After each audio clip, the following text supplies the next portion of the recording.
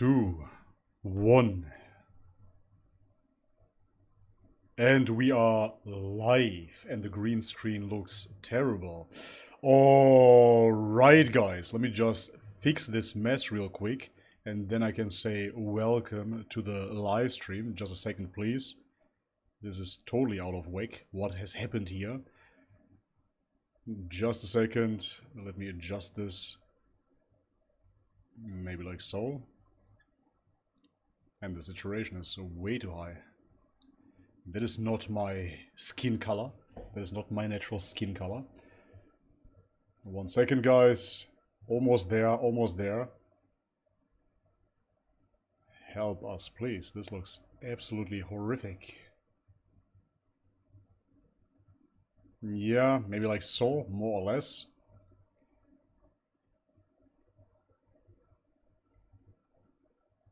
Okay. This will have to do. 3, 2, 1, again. Alright guys, so welcome back to the live stream. I'm gonna fiddle around with this green screen setting until we figure it out, but nevertheless we're gonna start the show, we're gonna start the Q&A. Welcome everybody. Apologies as always for being late. I had to postpone the stream a little bit, unfortunately, but now we finally made it. I had the chance to look into the latest Muslim skeptic debate, Daniel Hakikachu against the atheist. I think his name is Alon Ra or something on those lines. He looked like he came straight out of a Matrix sequel.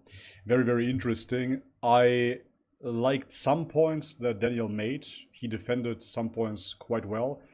But what I really disliked is that he played the race card and seemed to brush everything off that the atheist was saying, and simply made the point that, yeah, well, that is racist and racism is not wrong, etc., etc. And he just got back to that point multiple times.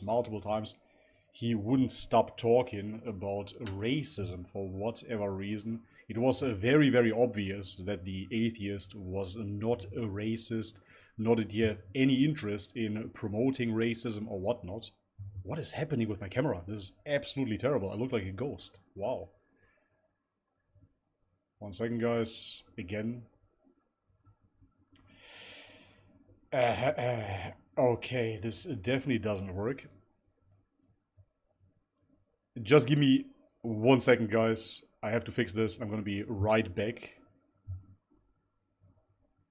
Here we go. I have to restart this camera just for a second, and then I'm going to be right back with you guys, hopefully. This green screen setting is absolutely terrible, terrible. Okay. Whilst I fiddle around here, I'm gonna get into the chat in a second, guys, and read out as many questions as I can. Okay, this looks better now. A little bit better. Yes, this looks somewhat normal. Wow, crazy. Anyways, thank you very much for tuning in. Thank you very much for bearing with me with the delay and with my green screen settings. Now we should be up and running here. Hello, hello. Fantastic. Guys, if you want to support, the link as always is in the chat box. This is Streamlabs. You can donate via Streamlabs or Super Chats. Like this you can support the channel. Thank you so much for your ongoing support. Nevertheless, I'm going to try to answer as many chat questions as I can as well, of course. Oh, Bobby is struggling, yes. Boomer Bobby is struggling, you could say. It's quite amazing. I got a new laptop and I thought that with the new laptop all my worries will be dissolved. Let's create a bright green future where we all feel Thank you very much. I thought that with a new laptop all my worries will be dissolved, but quite the opposite. Unfortunately, not at all. I still have quite some technological difficulties, if you will. One Truth, super chat at €5. Thank you very much, One Truth. Salam alaikum. Alaikum salam. What's your take on vegetable seed oils, healthy or not? Man, what is going on with the setting today? This is crazy. It starts again. Something is off with this camera. Not healthy at all. That's the quick answer. The longer answer is, if you look into human civilization, you will see that we never ate seed oils, ever, basically. And then with the Industrial Revolution, we had seed oils that were used as machine oils. Those oils were used for cars, for machines. And then once they redefined the process of refining those oils, they actually made them taste acceptable.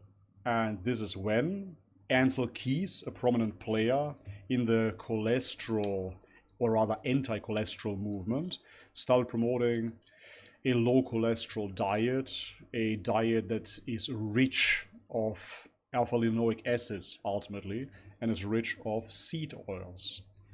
Seed oils, however, as I said, were never consumed by humans.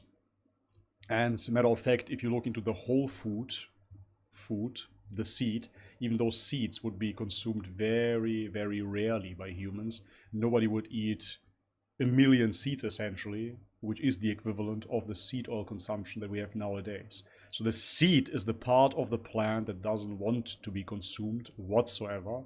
It has defend chemicals, anti-nutrients, so to speak, because the plant wants you, if at all, to eat the plant and then to propagate their seed by spitting it out, right? But yeah, well, smart human here came to the conclusion to extract the oils out of that plant seed and make oils out of it. It's not meant for human consumption whatsoever. The human body thrives on saturated animal fats. Butter, ghee, tallow, etc., will always be preferred, and seed oils should be eliminated completely. It is the worst thing that you can put into your body, essentially. On top of that, seed oils actually stay within your own fatty tissue and dissolve very, very slowly. So not healthy whatsoever. If you want any plant oil for whatever reason, then coconut oil is okay. Olive oil is the lesser of the evils. Avocado oil is okay as well, but ultimately it's pointless. You're always better off by eating simply butter or any other saturated animal fat. 100%. Okay.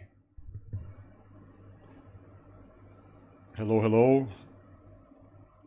Bobby, are you into football? World Cup is starting today. See, I didn't even know that because I couldn't care less. I couldn't care less at all, whatsoever, to the great disappointment of my dad. My dad used to be a football player himself. He almost made it to the pros back then, but then he got married, and he says that he got into many arguments with his trainers back in the day, so he just stopped football and, yeah, became a dad ultimately.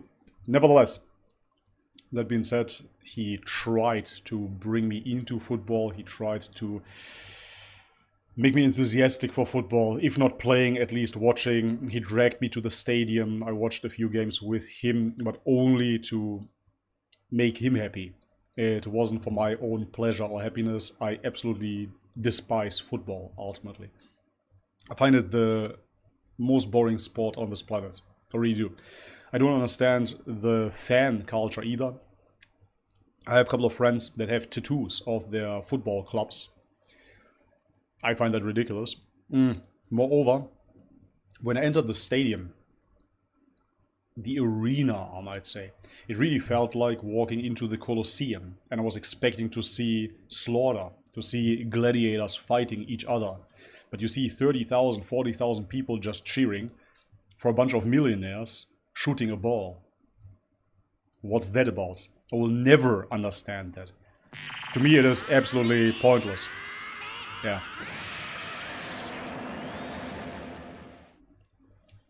Abdullah, good to see you again, brother. $10, thank you very much. Salam, Bobby. Salam. Have you received my email on November 17th? Did you watch the message?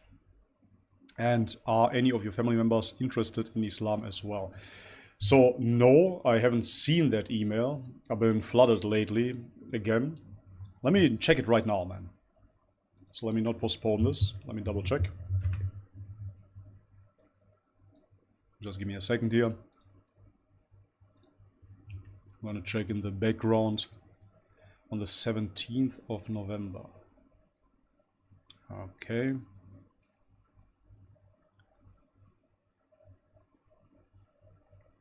I got a few messages here. I'm looking for your name, Abdullah Alk, but that's not what I can find here. I don't want to say the names that I'm seeing right now, right here, in my inbox, because I don't want to expose anybody. I have a bunch of emails here on the 17th with book recommendations. Maybe that's you.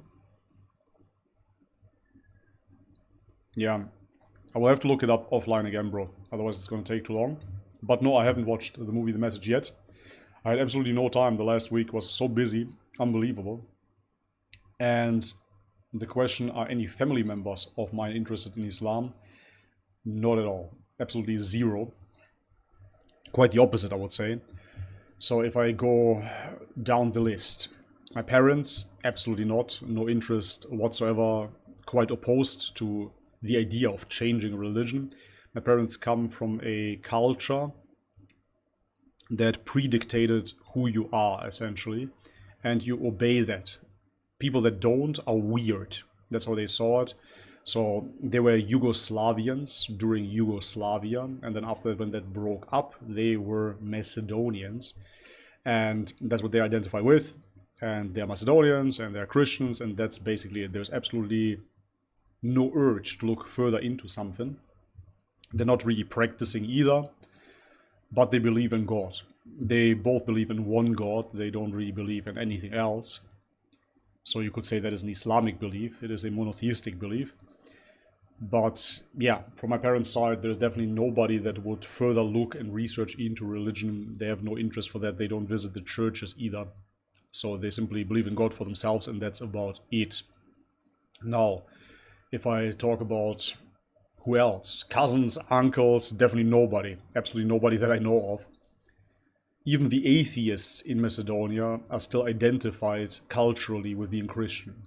So I have atheists within my family, and they would identify as atheists, but at the same time they would identify as Christians, which is quite funny. But this is how strong the religious affiliation is on the Balkan. So it is crystal clear to them that they are Christians by default, have been baptized, and therefore that's that.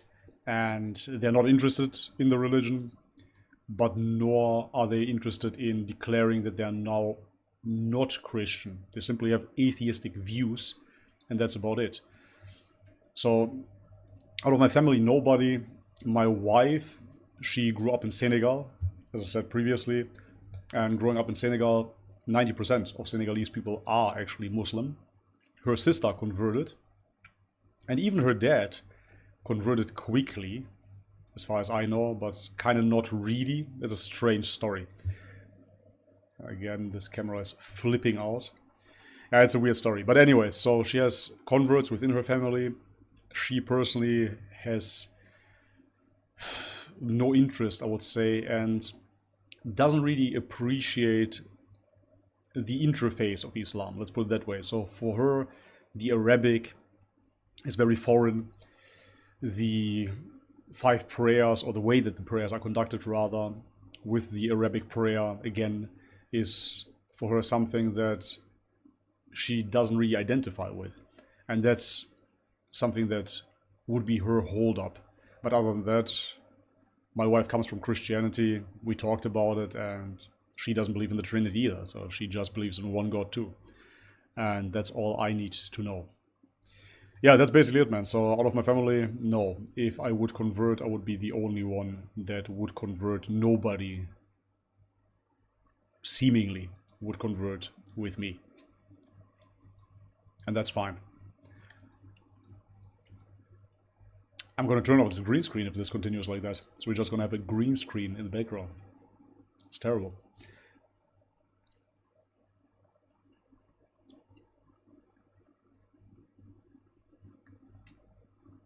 Okay. All right. Let me continue. Thank you very much for the super chats, guys. Appreciate it. Thank you. And apologies for the slow start here. I'm still fiddling around with this green screen. It just shifts back and forth. It's terrible.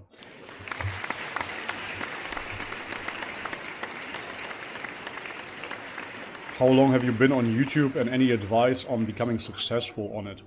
So I wouldn't consider myself being successful in YouTube, because successful nowadays means you have millions of subscribers and millions of views. So I wouldn't consider myself being successful. I reached 100K after 6 years of being on YouTube.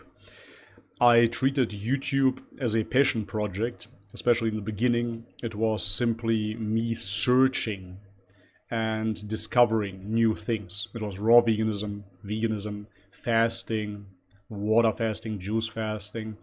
It was then about ditching veganism, about the carnivore diet. It was about the primal diet. It was about religion, spirituality, things that cannot be named anymore here on YouTube. So yeah, quite the journey. But as I said in my 100K live stream, I started YouTube when I traveled the world. Before that, I was always surrounded by my friends 24/7, and I would always tell stories and whatnot. We wouldn't stop talking, basically. And once I started traveling, I slept in hostels, met many people from different cultures, different countries, different religions even. And I used to talk. I used to tell them my stories, and I think I got it at least 10 times in a row. People telling me, hey man, you should open up a YouTube channel. And when I started YouTube, I treated YouTube as if I was talking to my friends, basically. And that's why I called it Bobbysperspective. Because this is what YouTube for me was. When I discovered YouTube, I was so impressed with the format.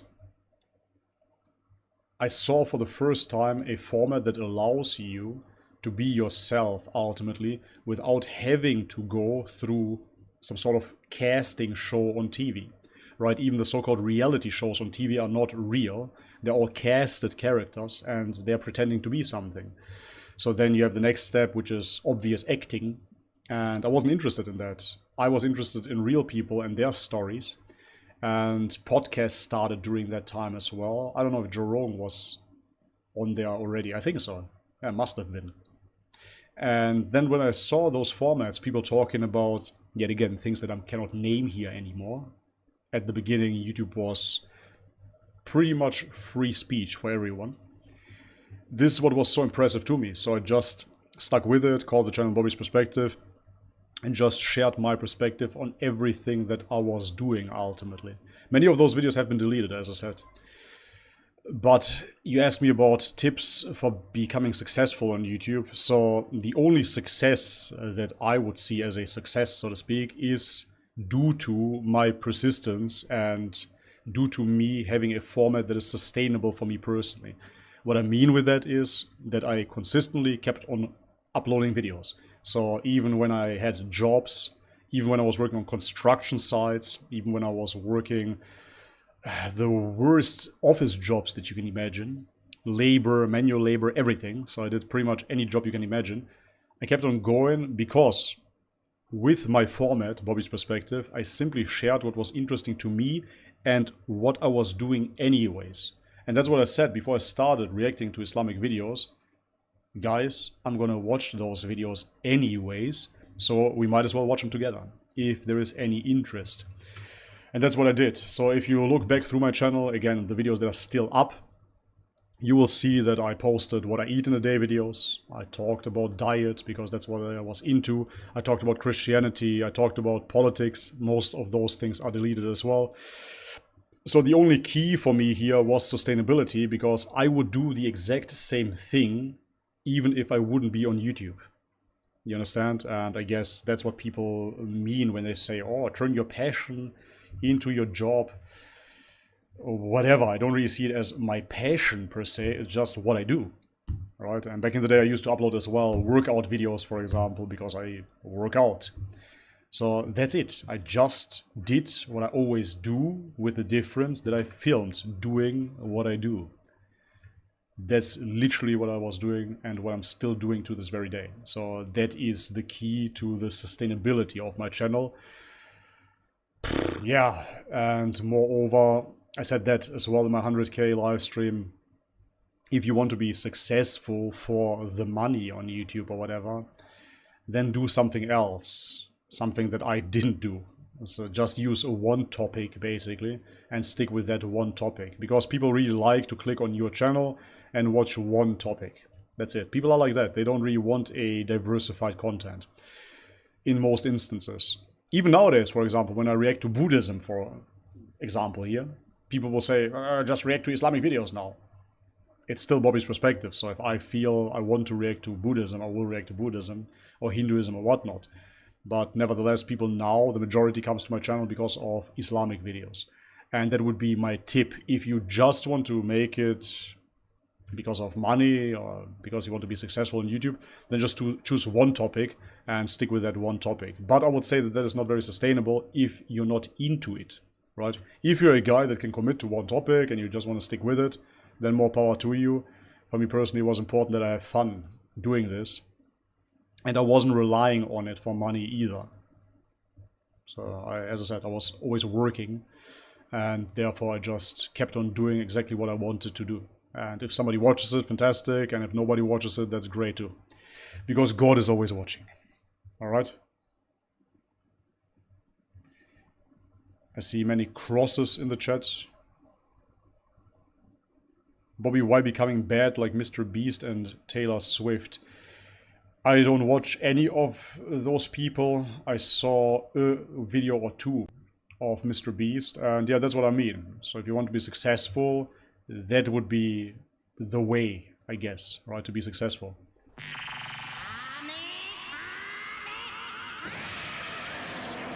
Itachi, Bobby, can I become a mod? I've been watching you since 2017 and I would love to help you out as a mod. Itachi, following me since 2017, I would say that this is more reason than enough to become a mod. Absolutely. Let me just set this up here on my phone, because on the stream here it doesn't work for whatever reason. Just give me a second, Itachi. Itachi. Reminds me of Hitachi. Just 1 second, I have to restart this. There we go. Yep, 1 second. Here's Itachi. Add moderator. And we have Itachi as a moderator. Supporter since 2017. Absolutely mind-blowing stuff. Thank you so much for the ongoing support, man. I truly appreciate it. You should be a mod now. This is not pee. Don't worry about it, guys. It's just electrolytes.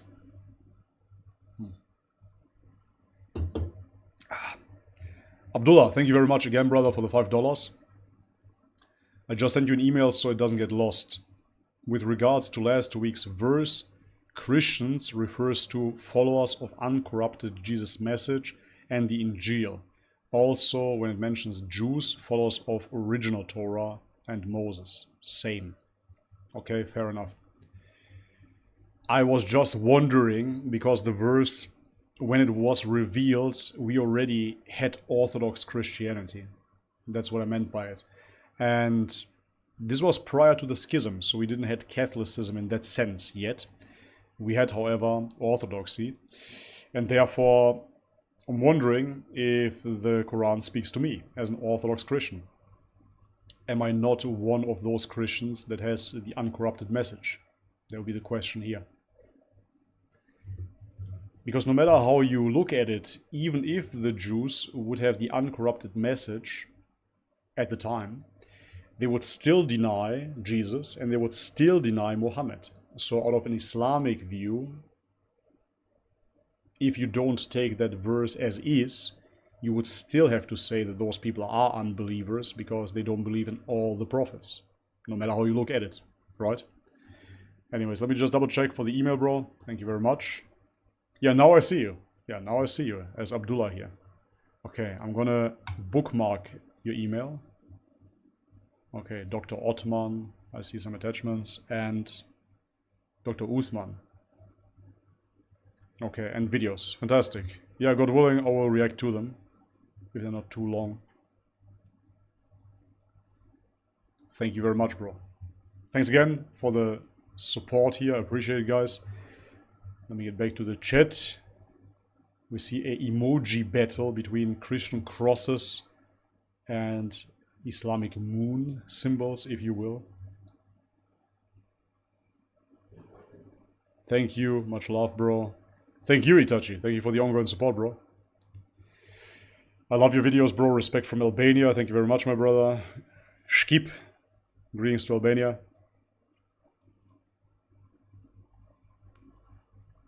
Brother, once you mentioned your wife is from Senegal. Is your wife a Muslim? And what do you think about the Muslim Skeptic channel? So yeah, I just talked about this a few minutes ago. So my wife is from Senegal, yes. She's half Senegalese and half French. And she is not Muslim, she's Christian. And about the Muslim Skeptic, I like the channel. I don't agree with everything, obviously. And I just watched a part of the debate, the latest debate with the atheist. And I just didn't like the race card that he played. That is very racist. Oh, the white race. Yeah, was very try-hard, in my opinion. Mods, stop the spammers, please. We have new mods now, it should work. Thank you very much, Zara Met, for the 21 Zar. I don't know where that comes from, but thank you very much. Hi Bobby from Malaysia, keep it up. I'm looking forward to go to Malaysia, God willing soon. I need some durian. Very, very fast. In Thailand is no durian season at the moment, so I need some durian fast. For people that don't know, durian is the stinky fruit. For me, it doesn't stink at all. Fadi says he's acting Christian and not as Muslim. Bobby is Christian. How do you act Christian? How do you act Muslim? I would like to know. Meru asks, what is your zodiac sign, Bobby? So even though I'm not into zodiac signs, I am a Taurus. Check Discord suggestion channel and react. I'm really not checking Discord at all, bro. I'm really not on there. You can join my Telegram channel. It's absolutely free, guys. It's in the description box. Just join into my Telegram chat, and there you can give me all kinds of recommendations. You can just tag me there. Islam has no moon symbol. This was an Ottoman innovation. Yeah, as far as I know, that is correct. Do you use shampoo? No, I don't use any shampoo. I use soap. Very, very simple. I use literally nothing else but soap.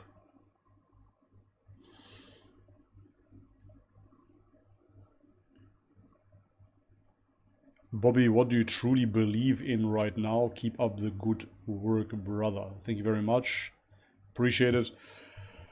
It's actually a deeper question than you would think at first, because I don't want to pull a Jordan Peterson here. What do you mean by belief? But ultimately, when I think about belief and I reflect upon it, I have to come to the conclusion that there is not much that I do believe. Because I like to know things, and I like to ultimately break down things until I realize what is and what isn't. And like that, I come to the conclusion of knowing rather than believing. I like to say that I know that God exists. It is so intrinsic to me, just as I can say that the moon exists, the sun exists. That's how it is with God for me. It is absolutely out of the question, and it's not a belief. I might have some beliefs, let me reflect upon it. I might have a belief of the afterlife. Let's put it that way. Because I haven't died yet, even though I had plenty of spiritual near-death experiences. But still, I haven't physically died, and therefore I cannot know, right? It could be that the lights just go off, like the atheists say. So therefore I could say, yes, I do believe in the afterlife. I cannot truly know. But with God, it is so extremely different. It is hard to describe. It's just a knowing. It's almost like going to bed at night and the lights are off. And now imagine somebody sneaks into your room and lays right next to you. Without seeing that person, and even without that person touching you, you will know that somebody is there, right? You will just know. And that's how I understand God. I just know that God exists. For me, God is realer than this reality. and I experienced God through my spiritual experiences. So it's out of the question for me personally. I have no belief in God. I know that God exists. That's how I see it. And therefore, what do you believe? I believe in the afterlife. I believe in a certain judgment. Sure. But when it comes down to God, I would like to say that I know God, and therefore I am of the firm conviction that God is one. That's pretty much it. Yeah. Thank you, Out of the Box, for warning people here. That is really good. But when people misbehave, then we have to delete, ban, block, shun, execute. Joking. Yasemin, thank you very much for the 30 TRY. I don't know what that is. Turkish, maybe? Nah, Turkish lira, right?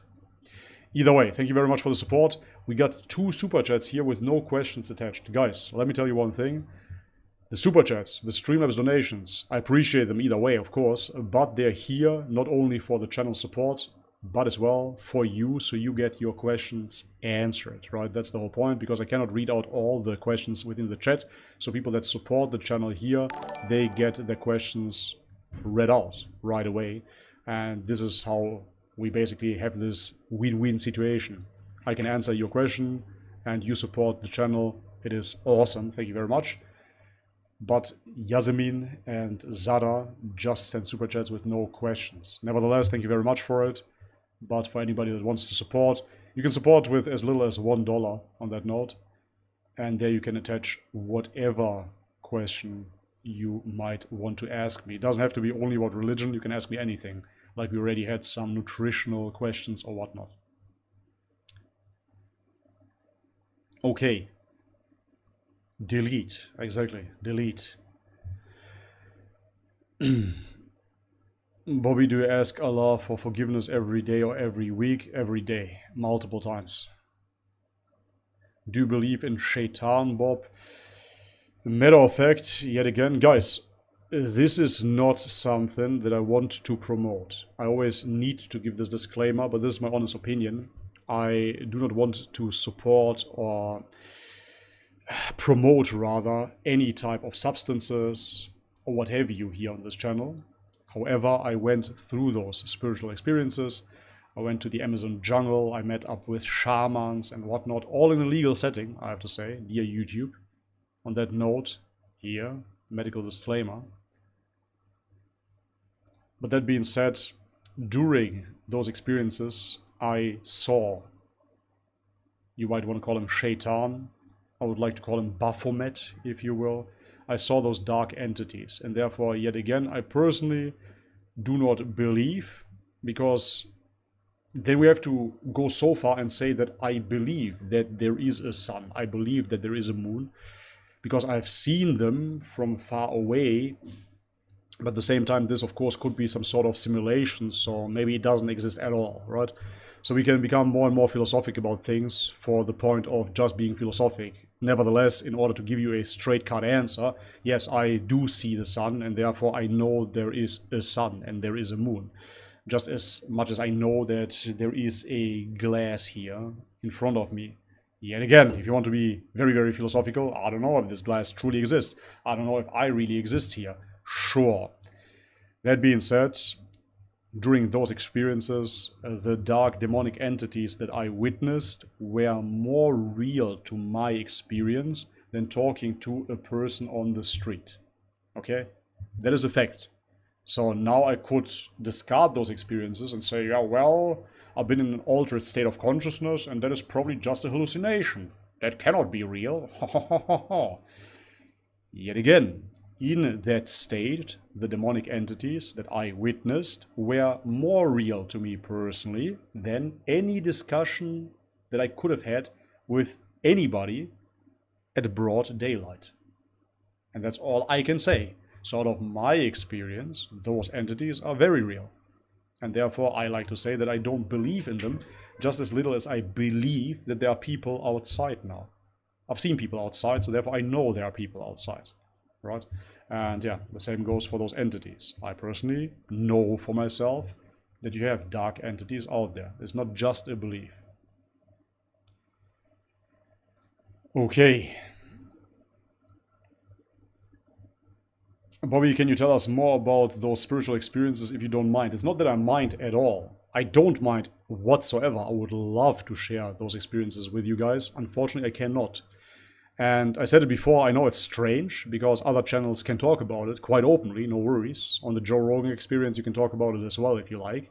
But I cannot. All of my videos that were talking about that subject have been deleted and I've been striked.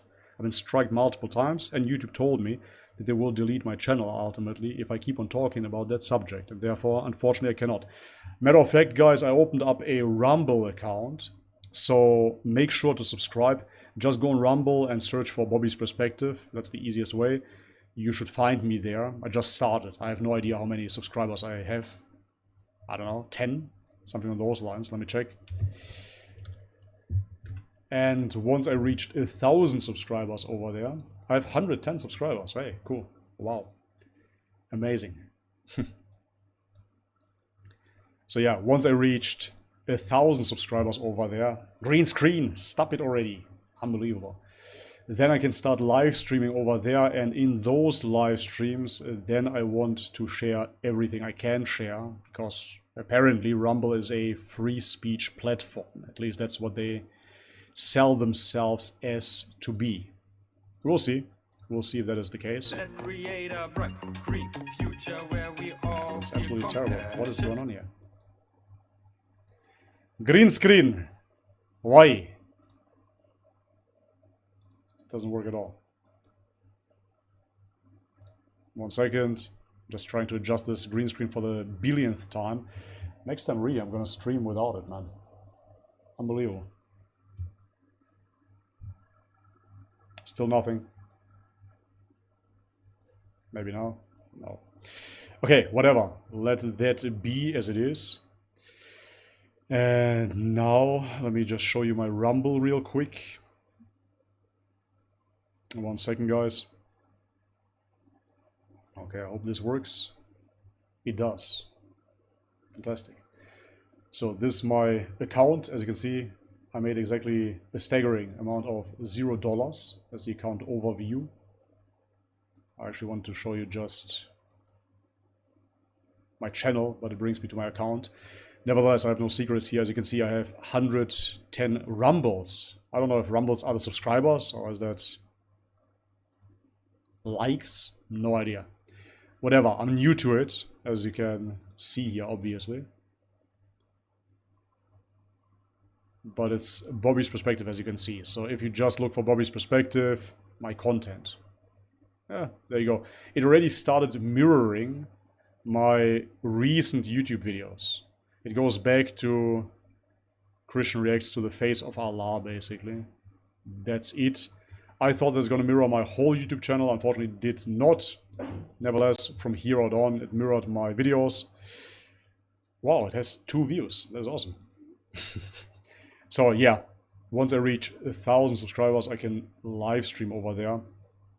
And that's the idea. So hopefully we will get people over to Rumble, because YouTube is most definitely a dying platform if it continues this way. I believe that people will drop out of it if it continues like this, because quite frankly, it's not YouTube anymore. YouTube used to be about free speech and about sharing your perspective, and nowadays we can't really do it any longer. So yeah, sooner than later, I like to move to Rumble as much as I can. Okay, now we had another super chat. Thank you very much by Frankie F. Donated $2. Thank you, Frankie. Musnad Ahmad 16245. Please look at this hadith. Okay, I can do that with pleasure. Why not? Frankie F. Anything for the super chats. Frankie. Thank you very much. Yasmin, 1 second. Let me Google this. Here we go. Musnad Ahmad, okay. Musnad Ahmad.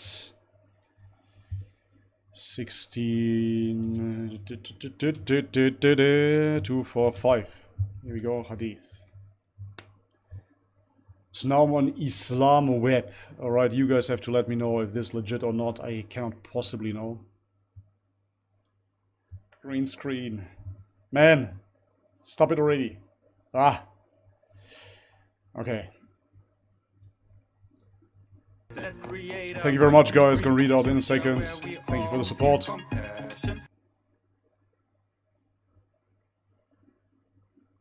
Okay, so I see we have a Islamophobe. Probably. This is why this is posted, I guess. I'm gonna read it out nevertheless.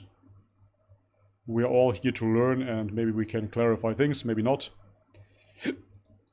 As I said plenty of times before, I'm not an Islamic scholar, so I rely on your information on that subject, guys. Here we go. Okay, now you should be able to see this. Here we are. Fantastic. So Frankie, who seems to be an Islamophobe, if you want to call it that, posted this hadith here. Question: what is the status of the following hadith? The hadith is as follows. Musnad Ahmad 16245. I saw the Prophet sucking on the tongue or the lips of Al-Hasan, son of Ali. May the prayers of Allah be upon him. For no tongue or lip that the Prophet sucked on will be tormented by hellfire. Christians use this hadith to say that Prophet Muhammad, peace be upon him, sucked on the tongue of Al-Hasan with desire. So as Muslims, what is the best way to understand this hadith? Yazak Allahu khairan. All perfect praise be to Allah. We already have an answer here, so I'm just going to read this out, because obviously Frankie is somebody that is attacking and putting this hadith out with no explanation, so we're going to learn here. All perfect praise be to Allah, the Lord of the worlds. I testify that there is none worthy of worship except Allah, etc., etc. Okay, this is the Shahada. I cannot speak it out, obviously. The aforementioned hadith has an authentic chain of narrators, and it was judged as authentic by a group of scholars. Okay, we have refuted the misconception mentioned by the dear questioner, quoting some Christians in a previous fatwa that was posted in the Arabic section of the website. We mentioned that this hadith was misused by some haters to attack the Prophet sallallahu alaihi wasallam. I can't pronounce that correctly. Some Muslims were deceived by some of their intrigues and misconceptions, and their problem when a man embraces a non-mahram woman. Wait a second, I skipped a line, sorry. Some of their intrigues and misconceptions, and their hearts were overwhelmed by doubts. These non-Muslims were ruined because of their corrupt nature. They do not find any problem when a man embraces a non-mahram woman in the middle of the street and kisses her on the mouth, wherever he wants, with the passers-by indifferent looking at them and finding no problem in that. Okay, so up until now there's absolutely no answer in this response whatsoever.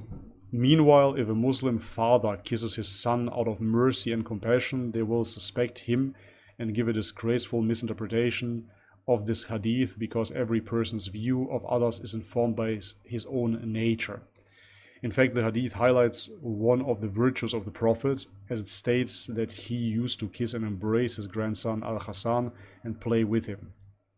The Prophet lost his two sons, Al-Qasim and Ibrahim, in their childhood, and Allah the Exalted endowed him with his two grandsons, Al-Hasan and Al-Hussein. He dearly loved them and used to smell and embrace them, often as narrated in Sunnah at Tirmidhi. He used to supplicate, "O Allah, I love them, so love them." Any person endowed with a sound human nature would understand nothing different from this hadith. How could a grandfather kiss his young grandson with lust? Assume that he did, Allah forbids. Why would he do so in the presence of the companions, while Muawiyah and others were witnessing it? Allah knows best.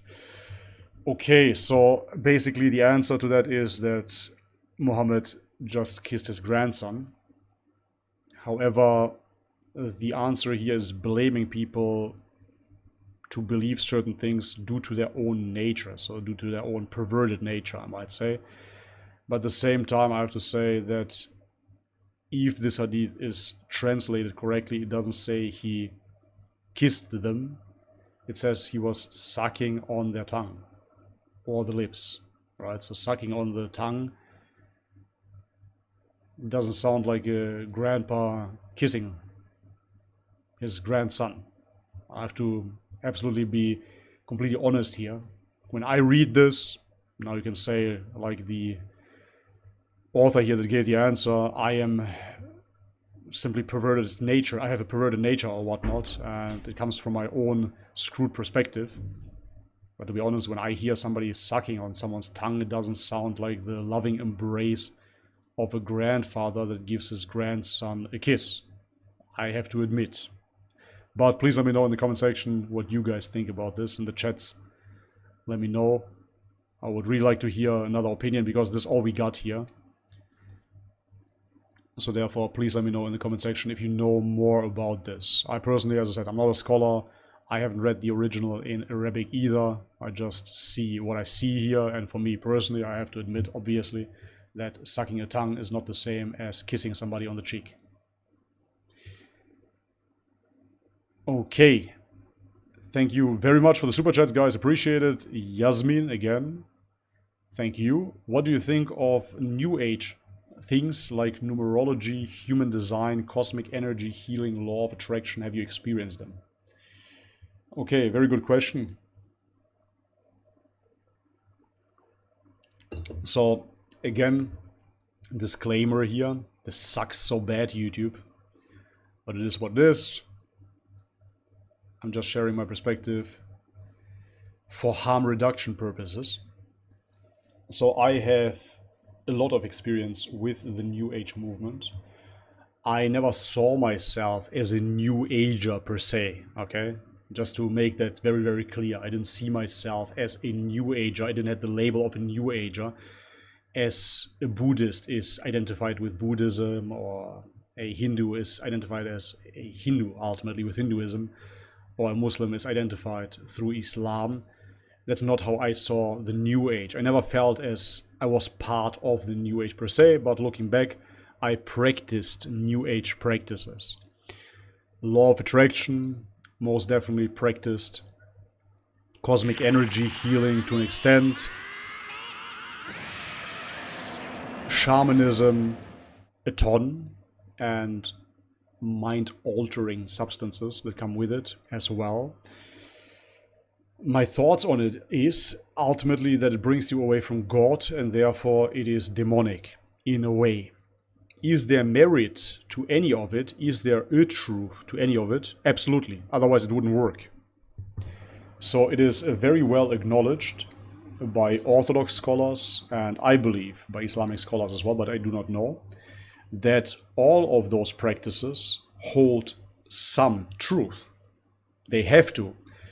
That's how the devil works ultimately. There has to be some sort of truth, there has to be some sort of efficacy within them, otherwise they wouldn't work at all.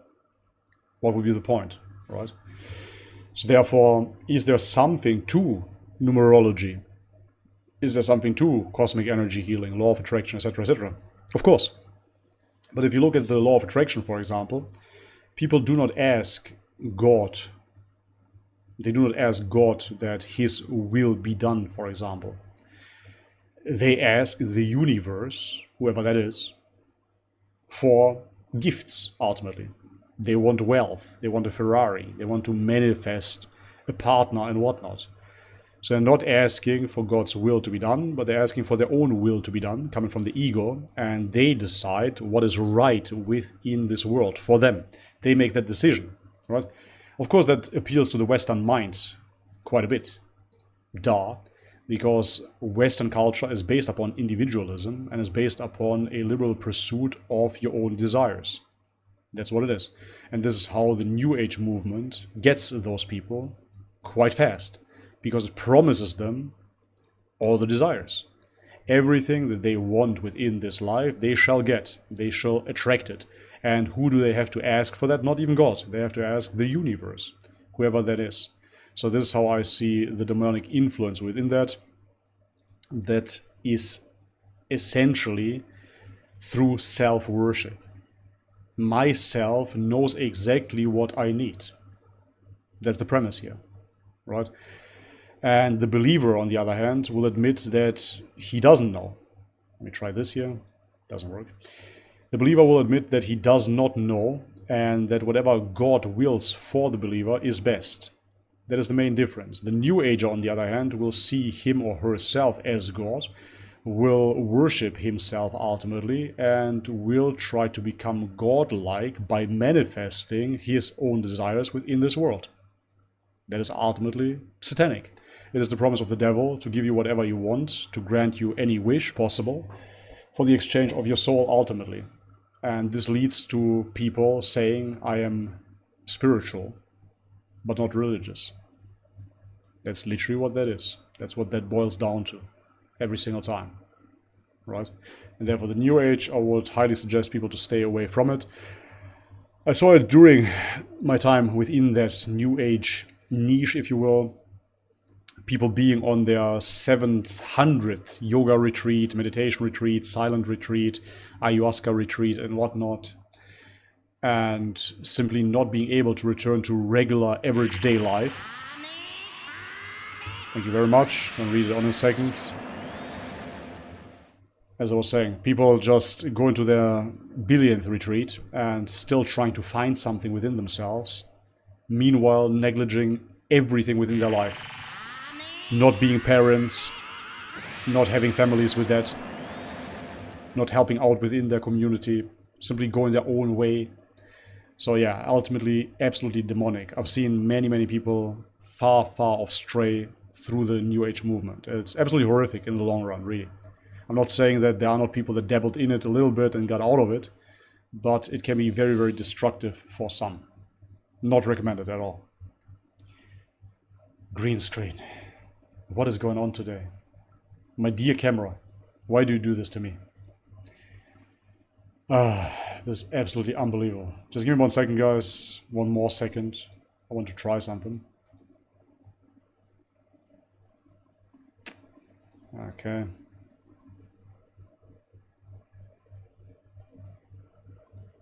Maybe this will work. I'm zooming out a bit. Now I'm red. Okay. So be it. Thank you very much for the super chats again, guys. By Haroon, $5, thank you. Salam, Bobby, hope you're well. Salam, bro. So far, so good. Thank you very much. Aside from this green screen that is bothering me. I'm turning white, super pale, and then red again, and my eyes are transparent as well. That's awesome. What do you think of having strong enough connection with God to have miracles in your life? Is it possible? If we believe in God, we do believe in miracles by default. From a Christian perspective, thank you very much. Got to read it in a second. From a Christian perspective, and as far as I know, from an Islamic perspective as well. So therefore, is it possible to have miracles in your life? I would say absolutely it's possible. With God, anything is possible. But at the same time, I would say and I would claim that we shouldn't expect it. Just because we have a strong enough connection, so what? Do we deserve now? Are we deserving of certain miracles? Nobody is good but God ultimately, and therefore why are we so deserving of miracles now? Right? God will decide that. So are there miracles possible through God? Absolutely, of course, 100%. But will you have miracles within your life because you have a perceived strong enough connection with God? That is up to God to decide, right? And anything else would be blasphemous, of course, to claim. So yeah, that is completely out of our hand. Harun, thank you very much for the super chat, appreciate it. Molokulush donated $1, thank you very much. Regarding the verse 262 of the Quran about Jews, Christians and Serbians, the thing to note, and this in and of itself is a miracle of the Quran.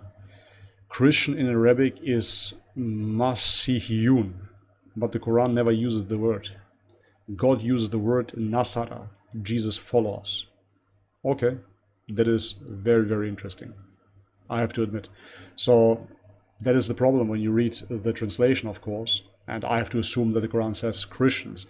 But if it says Jesus followers only, that would make a lot of sense for me personally. Interesting. Thank you very much for the super chat, and thank you very much for the clarification here. Amazing. Lokulish again, $1, thank you very much.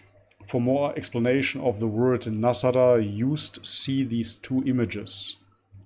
I can't open up images, unfortunately, here. Let me try. Nope. 1 second, bro. I'm gonna try something. Maybe it will work. This Streamlabs is really a complicated platform. Maybe I'm just too old. Just give me a second, bro. I'm gonna try to open up that image and we're gonna look at it together. Recent events, here we are. Okay, sweet. I think that works. Also, Paul Williams from Blogging Theology made a video regarding this. Oh, interesting. The beliefs of the earliest Christians about Jesus. Didn't I react to this video? I think I did, right? I reacted to this video. Absolutely. Yeah. I'm gonna save it one more time, but I believe I reacted to this video, bro. Anyways. Okay, you made some screenshots of YouTube comments, I believe. Nevertheless, I'm gonna check them out.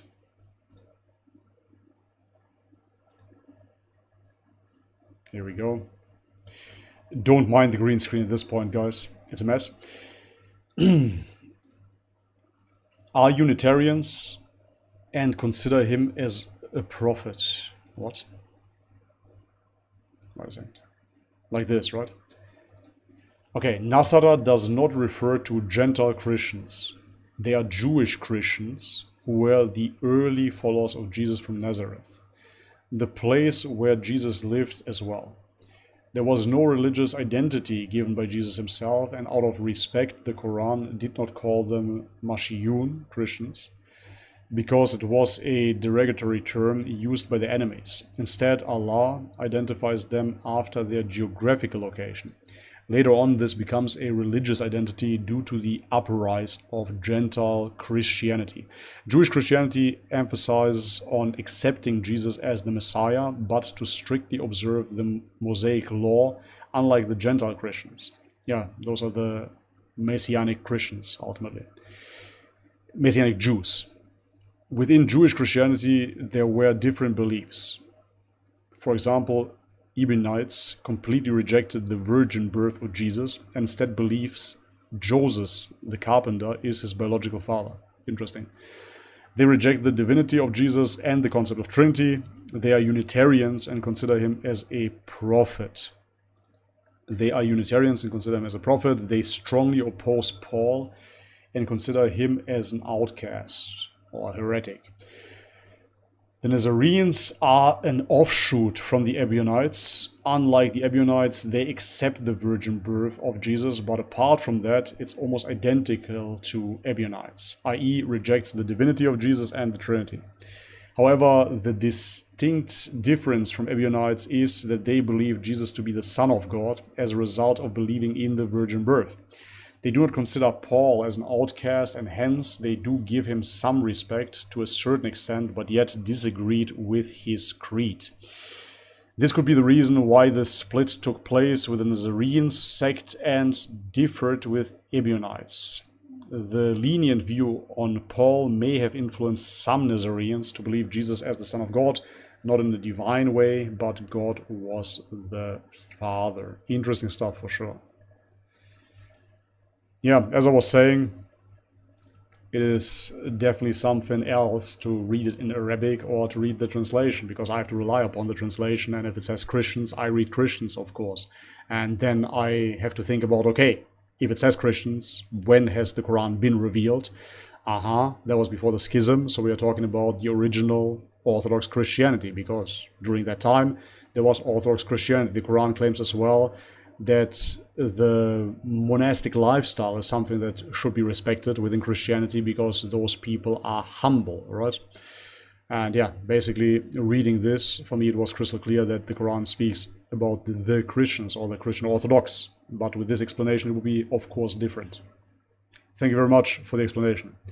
Saya, good to see you, $5, thank you so much. Says hello, hello, hello, greetings to the family, I hope you're doing good. Thank you. Molokulush tipped again. David Wood exposed this video by Farid Response, talking about the kissing hadith. No tongue was mentioned in Arabic. See, that is exactly what would be interesting to me. Let's have a look. Honestly, let's watch it right now. Why not? Give me a second. Here we go. Okay. Timestamp 6:17, alright? Assalamu alaikum wa rahmatullahi wa barakatuh. I was not planning to... in his mouth. Okay, 1 second. Al-Adab al-Mufrid, 1183, we read, Hassan came running and jumped into his lap. Then he put his hand in his beard. Then the Prophet, may Allah bless him and grant him peace, Like this. I hope this is opened loud his enough. mouth and put his tongue in his mouth. There are 3 issues with David using this report. Firstly, 1 second. the hadith comes through the path of Hisham bin Sa'ad, who is classified as a weak narrator by multiple scholars of hadith. Secondly, there is no tongue being mentioned. Instead, it says, he placed his mouth onto his mouth. Yes, David, I can't blame you for relying on a faulty translation. But if you are unable to detect the absence of the word tongue, then perhaps you should find another hobby. By the way, Al-Hassan is the grandson of the Prophet, peace be upon him, and not some random boy that he found off the street. I'm personally not sure what is going on here, but it seems like David is arguing the Prophet, peace be upon him, was a homosexual and into incest, and yet David claims that he is being charitable. Being as charitable as possible, because I'm a charitable kind of guy. But wait, So David smart, man. has some more. According to another hadith, Musnad Ahmed 16,245, Muhammad would suck on the tongues and lips of little boys. Multiple issues in this one too. The report seems to be disconnected between Abdurrahman bin Abi Auf and Muawiyah, since it doesn't seem like he had met the latter. Again, this report is not about some random little boy on the street. It's about Al-Hassan, the grandson of the Prophet, peace be upon him. The report isn't even clear if there was any tongue, since the report clearly says, or lips. And perhaps, and most importantly, David claims. But fear not, he also guaranteed that if he sucked on a boy's tongue or lips, that boy's tongue or lips would never be tormented by hellfire. And no, the Prophet, peace be upon him, didn't say this. Rather, it was the opinion of Muawiyah, if Muawiyah indeed said such a thing. David, why do you keep saying boys in plural when it's clearly one boy? Why don't you mention that this is the grandson of the Prophet, peace be upon him? Why do you have to make everything seem to be sexual? What if someone did this to the Bible? You think that they wouldn't be able to turn stories in the Bible to something sexual? Like, for example, these verses about Prophet Elisha. Just check this out. Couldn't someone interpret this to be something sexual? And shout out to brother Zakr Hussain for this little gem. You remember Zakr, don't you, David? The number 2 most disgusting fact about Muhammad: Muhammad would have sex with 9 women and girls, but only take 1 bath. I used to watch those videos, I said it multiple times before, and this is why to this very day I have the memory of the things said, right? So when I read about Prophet Muhammad, I always remember the things that David Wood said. So therefore it is very, very important for me personally to watch debunking videos, or actually to listen to scholars that know what the true text here is and what it means in Arabic. Sahih al-Bukhari 5215 narrated Anas bin Malik, the Prophet used to pass by, have sexual relation with all his wives in one night, and at that time he had 9 wives. So we're clear on the sex with 9 women and girls part, but check out the chapter heading of this hadith. Whoever had sexual intercourse with all his wives and then took 1 bath only. There are 2 ways of looking at this particular narration. The first is that this is actually a mistake from one of the narrators of the hadith. This is a hadith by Anas, while the report by Aisha states that the Prophet, peace be upon him, used to pass by his wives without intercourse, meaning that he would visit them all in one night. Shout out to Abu Musa from Muslim Allegations Hunters for this, by the way. But let's assume that the narration of Anas was correct and that the Prophet, peace be upon him, did indeed have intercourse with multiple women while only bathing once. Ghusl is referring to a full body bath. Not performing ghusl doesn't mean that the Prophet, peace be upon him, didn't cleanse himself.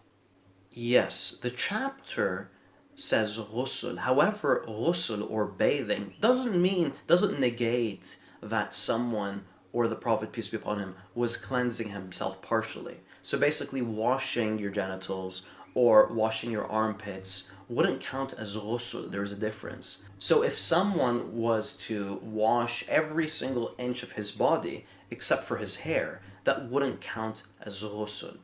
David seems to be unaware that the Prophet, peace be upon him, cleansed himself. Yeah, okay, we're gonna cut it off here. That's exactly what I came to see and understand about David Wood and the rest of the anti-Islamists ultimately.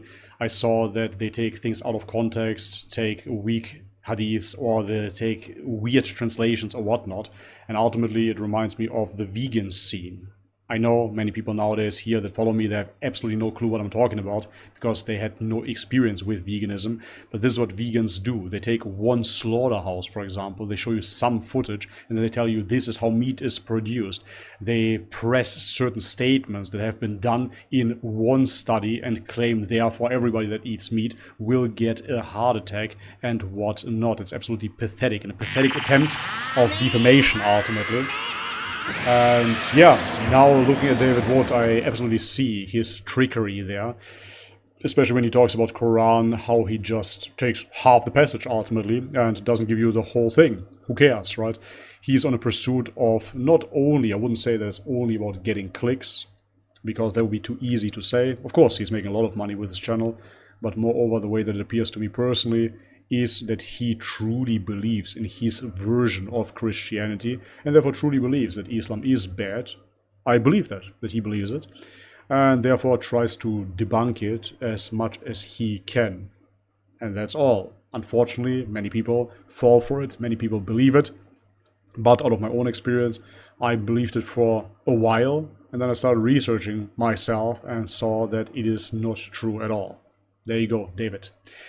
David Wood is giving dawah, ultimately. Anyways, thank you very much for the video link. Appreciate it, bro. From Dusk Until Spawn, thank you very much for the $2 donation, my friend. Appreciate it. Welcome to the channel. Everybody that's subscribing right now, welcome, welcome. Nusafi super chatted for £50. Thank you very much. What is the circumference of your head? We can ask anything, right? You can, but I have absolutely no tape measure here. So therefore, I can't tell you. I never measured it myself. I don't have a very big head. So I really can't tell you, man. I have absolutely no idea what the circumference is. I appreciate the question. If I would have a tape measure here, let me just double check. I would measure it for you. Nope, I don't. I promise you, I'm going to measure it, and next live stream I'm going to announce it. Thanks for the donation, my friend. I appreciate it. Molokulush donated again. Thank you very much. Says Farid Response is a good channel to watch the refutations. He refutes almost all the prominent Islamophobes. Also, you should watch his playlist on proofs of Prophet Muhammad. There are 30 videos, but each video is only 3 minutes long. Oh, that's a good format. Maybe I can react to 3 or 4 videos at once then. Let's create Thank you very much. a Noted. Greek future where we all feel compassion. Tim Flo, thank you very much for the generous donation of 12 euros. I saw a video of ABCD, etc. people not wanting to watch football in Qatar because they want Islam to change so it fits modern times. What do you think of this? What I think of this is very, very simple. The West creates ultimately this problem.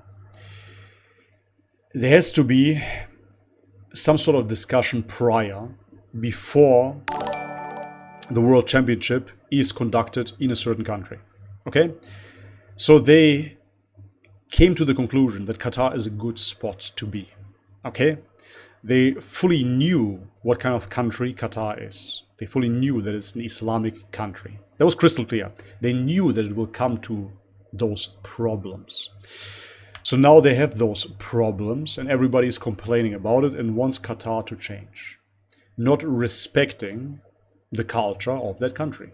Not respecting the religion of that country. It is absolutely hypocritical. It is a double standard, of course. The West always wants everybody that comes to the West to get used to their culture, to adapt their culture, to become exactly the same. But when they just go to watch some football somewhere, they cannot accept the culture. You see how absolutely pathetic that is. They make it into some sort of political event. And now again, I have to bite my tongue here. I cannot say everything I think on YouTube. But they try to make it some sort of political event out of a sudden, just because in recent years, the ABCDEFG crew became part of Western politics, part of human rights. Before that, it was not part of politics, so nobody would have blinked an eye. But now it became policy. Now you see Americans hissing their flag, and right next to it, there is a rainbow flag. And you see churches having a rainbow flag right next to the cross. Awesome, right? And now, because they established this very, very progressive view of the world, they cannot accept that another country hasn't. So ultimately, they're taking the World Championship, the World Cup, as a Trojan horse, I would say. They're taking it as a Trojan horse to enter Qatar and now to show the world how bigoted Qatar is, how wrong Qatar is, how anti-human rights Qatar is. Right? That's what the West does here, ultimately. They want to turn the whole World Cup into a political demonstration, ultimately. And if somebody of the players or of the fans shows that flag and potentially will be carried out of the stadium, I cannot wait for those scenes. They will be seen as martyrs of their ABCDEFG religion, of their human rights cult, right? A real champion, a real good global citizen of human rights. Of course, those movements themselves are Trojan horses, as I just mentioned, because they infiltrate our children and with that infiltrate the family. That's what this is really about. Just as feminism is not about equality for women or some sort of liberation for women, no, it is an infiltrated movement that is here to destroy families. That's it. It has nothing to do with equality whatsoever. And it has been very successful at destroying families, because if you look at those countries that allowed feminism, you see that the family structure is crumbling, divorces are rampant, or people don't get married at all. So therefore, just as the banks got into Arabic countries and established their monetary system, again, everything I can say here, I do, just the same way, the same fashion is now being used with Qatar. Right? It's not a violent war now. They don't have to bomb Qatar. Not yet. But at first they enter through the World Cup and hiss their flags. That's basically what it is. You say they want Islam to change so it fits modern times. Modern times are not so modern at all. If you really look at it, history repeats itself, right? This has been done already in Rome, in the Greek empires, Persian empires, the whole ABCD movement is something that you always see at the end of civilization, when the civilization is extremely boastful and at its peak, perceived progressive peak. And that's what we have right now again. So this is nothing new. I'm biting my tongue yet again, right? But transgenderism is nothing new.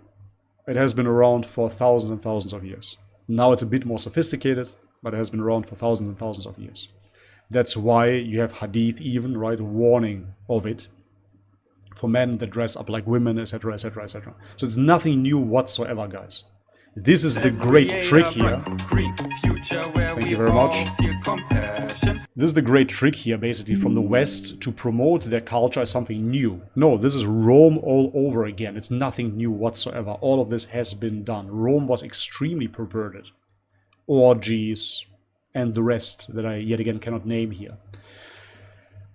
So as I said, to wrap all of this up, this is how the power structure operates. They want to impose their law set that is successful at destroying families to the Arab countries as well. Because let's face it, the Arab countries are the last resistance.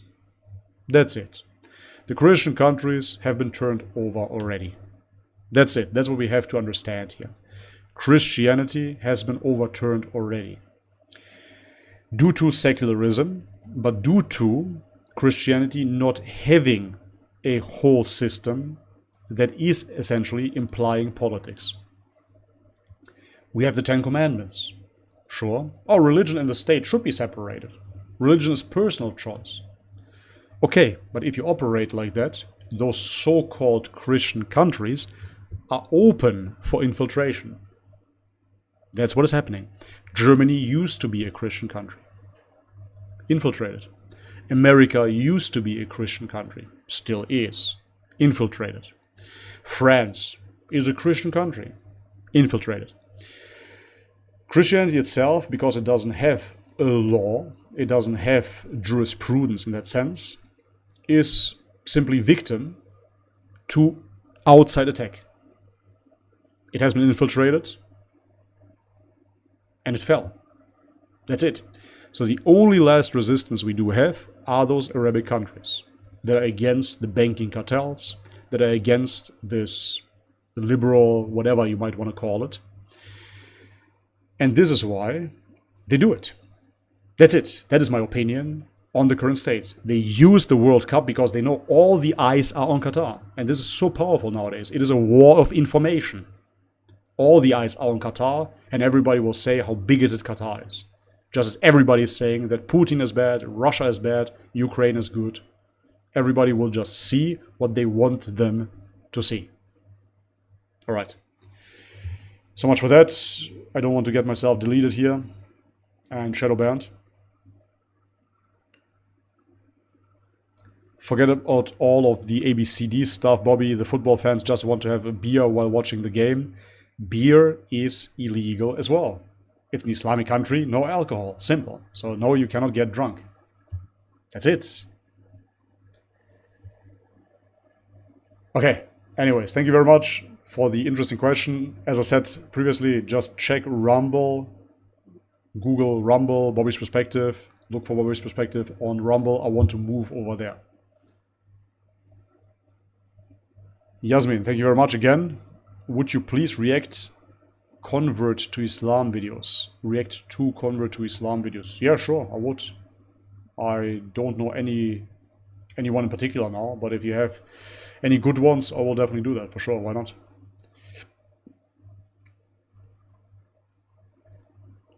Alcohol is way too overused in the West anyways. Absolutely, man. Absolutely. Within my family, I've seen what kind of tragedies come from alcohol, so no thanks.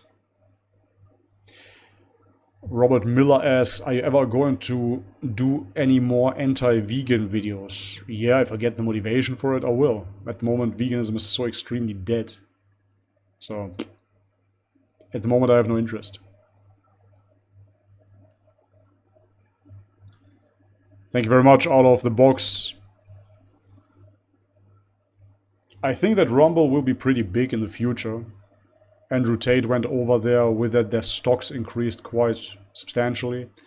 So I think that Rumble is the only competitor that looks good at the moment.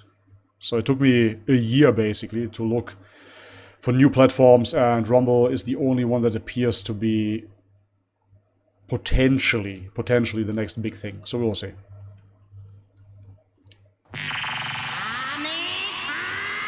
Abdullah, thank you very much again, brother. He says, this happened yesterday in my country, United Emirates. Would appreciate if you shared with your viewers. Very short clip. Yeah, absolutely, man. Again, guys, if you want me to watch any videos, you can send them via Super Chat or Streamlabs, and I will absolutely click on them and we can watch them together. No worries. Thank you very much, bro. It's an Instagram, huh? Okay, maybe I just promised something too quickly. Let's see if we can watch Instagram here. Assalamu alaikum.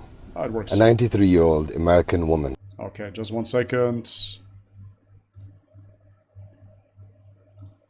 There we go. I need 2 displays, man. A 93-year-old American woman that lived here in Abu Dhabi with only her son recently converted to Islam.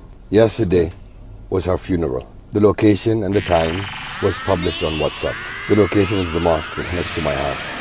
It's the same graveyard that my mother and father are buried in. May Allah grant them paradise. I know that mosque very well. It can accommodate around 500 people. Now the number of men that attended this woman's funeral, they filled up the mosque and they reached right out to the car parking. That's around 1,000 men attended her funeral. Men that don't even know her. This is Islam. It's unity. And the Prophet ﷺ said, if 40 men attend the funeral and pray for that person, that is sufficient to wipe away all their sins. Only Allah subhanahu wa ta'ala knows what is the beautiful deed that that woman had between her and Allah subhanahu wa ta'ala. For her to get around 1,000 men to attend her funeral. And to those that speak about women's rights in Islam, hundreds of men carried her on their shoulders. This religion came to elevate women. And I ask Allah subhanahu wa ta'ala to elevate her in paradise. And I ask Allah for us to be amongst those that please Him before we pass away. Now this is Islam. This is reality. This is Islam. I keep smiling. Assalamu alaikum. MashaAllah. Beautiful, man. Absolutely beautiful, I have to say. Let me just close this down. Yeah. First and foremost, I really have to wonder how this came about, that she just converted and then dies pretty much after it in her 90s, and then is being carried by thousands of people to her grave. So this must have been some sort of famous person, I assume. But nevertheless, what the sheikh there, I assume he's a sheikh, or the man, said there about the unity is something that I witnessed here on this channel and throughout now my research, that the Islamic community is, dude, so strong behind their beliefs, and is such a unbelievable community that is so favorable to share and to invite like nothing I ever witnessed before. It's insane. I just made a video about Zamzam water. Multiple people reached out to me, offering me to send me Zamzam water to Thailand, from Europe, from Mecca, to send me Zamzam water. It's mind-blowing, man. Where do you see something like that? The Christian community does not operate like that. Yet again, that doesn't mean that Christians are bad people. I've met plenty of beautiful Christians, for sure. But nevertheless, the cooperation that you see, the collaboration within the Muslim community is mind-boggling. I saw that on the Balkan. The Muslims, the Albanians, they cooperated with Turkish people, and the same applies for Bosnians as well. And like that, they were so much more successful. It's very, very simple, guys. It's very, very simple. Unity is the name of the game. Cooperation is the name of the game. If you don't have that bond, you lose. That's the name of the game. From a Christian perspective, many Christians will say, we are not here for this world. The equivalent for that in Islam would be the dunya, right? We don't want the dunya. We don't want this world. I understand that. But nevertheless, you're not here to only suffer all the time. You're not here to lose consistently, right? This world is beautiful. This world is created by God as well. And God gave us those faculties of cooperation, of understanding, of reasoning. And this is what I start to see in Islam. I didn't want to see it back in the day. I couldn't see it. I didn't have those eyes to see it. I simply saw the Muslims being more successful. But I saw it as some power thing. I didn't understand why they were more successful. But the family structure was still intact. Meanwhile, with us Christians, I saw that we would just get into arguments and nobody would cooperate with each other. Craziest thing, I have to tell you this. On the Balkan, an example, it's a true example, I'm not going to name names. Somebody opens up a butcher shop, from the Christians, opens up a butcher shop. The other Macedonians, the other Christians, they won't go there. They won't go there, they won't support him. They're going to say, why should I give him money and make him rich? I'm going to go to the Albanians. Really, that's how they take. They don't want to support their own brothers. They rather support the Albanians.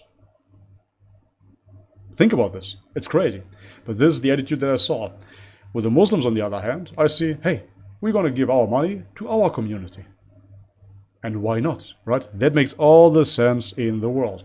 If you cooperate, if you collaborate like that, you will be successful. It is so simple. But unfortunately, my Christian brothers didn't see that.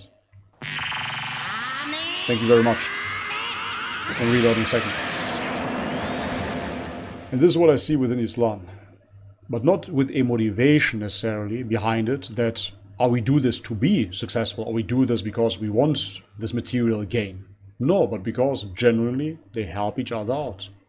And moreover, now me, as a kafir, right, I'm looking into the religion, and people reach out to me, and are unbelievably forthcoming, unbelievably loving. As I said, they want to send me Zamzam water from Mecca to Thailand.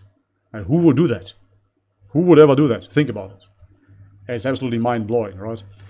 But the media wants to portray Muslims as terrorists, as bad people, etc., etc. So what I notice now researching Islam myself is ultimately that my experiences with Muslims in Germany, those negative experiences, those people were not Muslims. They were not practicing, to say the very least. And now people that reach out to me, they are practicing, people that are in the faith, they're the nicest people I've ever met, man. Unbelievable. I'm in contact with so many people on a daily basis, and daily they're sending me not only videos, materials, books, whatever. I talk on the phone with so many people, they clarify things for me. So forthcoming, like nobody else. It's a real brotherhood that you see within Islam, and this is mind-blowing. Thank you so much. Again, Abdullah, I appreciate it, brother. Isis donated $2. Thank you very much, bro. Salam, brother. Salam. Do you hear about the Abrahamic project in Abu Dhabi? I heard something about it. For me, it is a big part of the Antichrist to disbelieve the earth. And do you think he will come soon? I heard about this. One second. We're going to open this up. A friend of mine sent me an article. I haven't read it yet, but I saw it. This will be actually fantastic to look into here. Just give me a second. Now let me find this.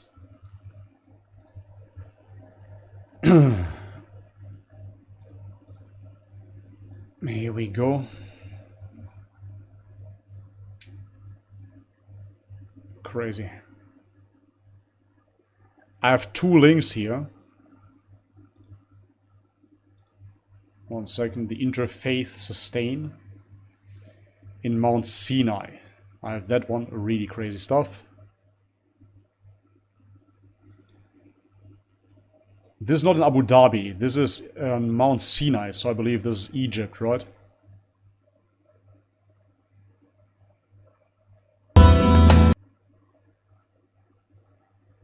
Okay. Let's watch this together real quick. Like so. Okay. I'm going to talk about the ecumenical movement after this video. I hope this one is insightful. I haven't watched it yet. And about the so-called Abrahamic project. I can already imagine what it is. Coming from Orthodoxy, I know quite a bit about ecumenism, interfaith movements, etc., etc. So let's just watch this video real quick, and then we go from there.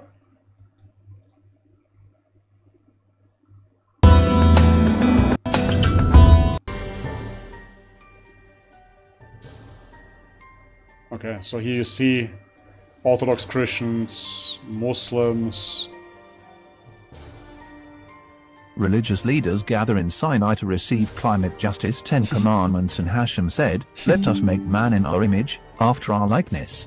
They shall rule the fish of the sea, the birds of the sky, the cattle, the whole earth, and all the creeping things that creep on earth." Genesis 1:26. Some 40,000 attendees have flocked to the Sinai desert, including over 100 world leaders as well as leaders in business and other sectors.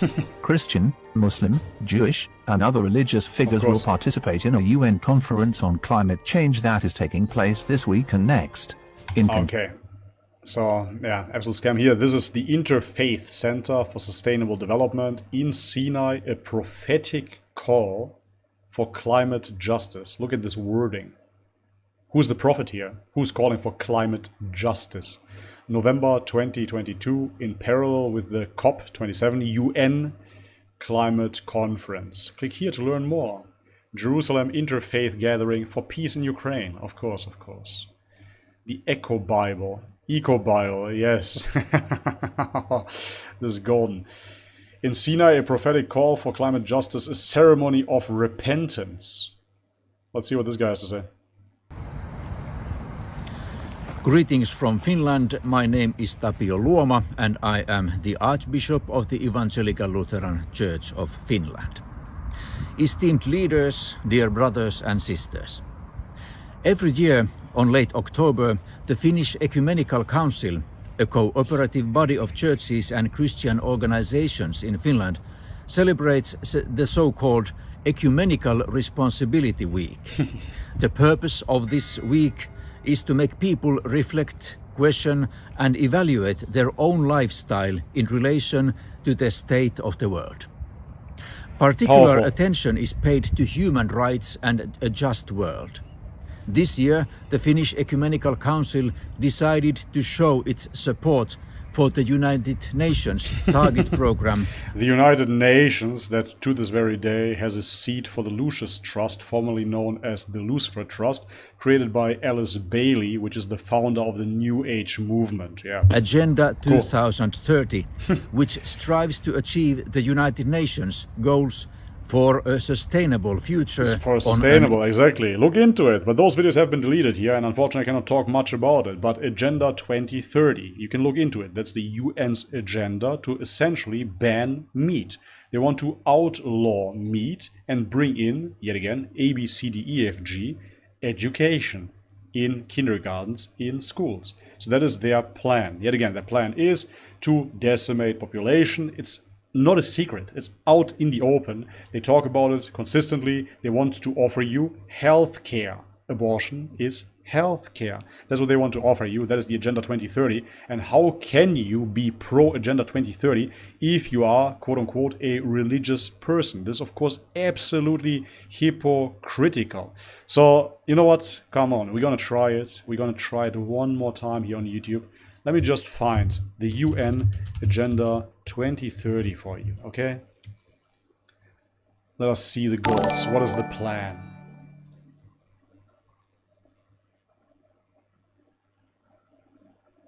Okay, 1 second. Here we go.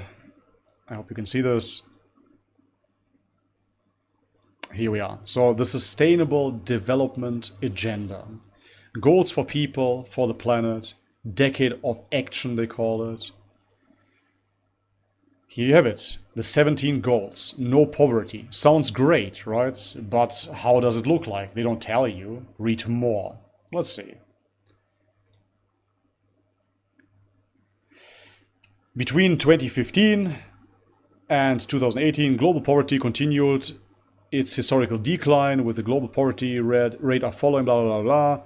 Due to the pandemic, blah, blah, blah, blah, blah, blah. Okay. Ultimately, yet again, how will they end poverty?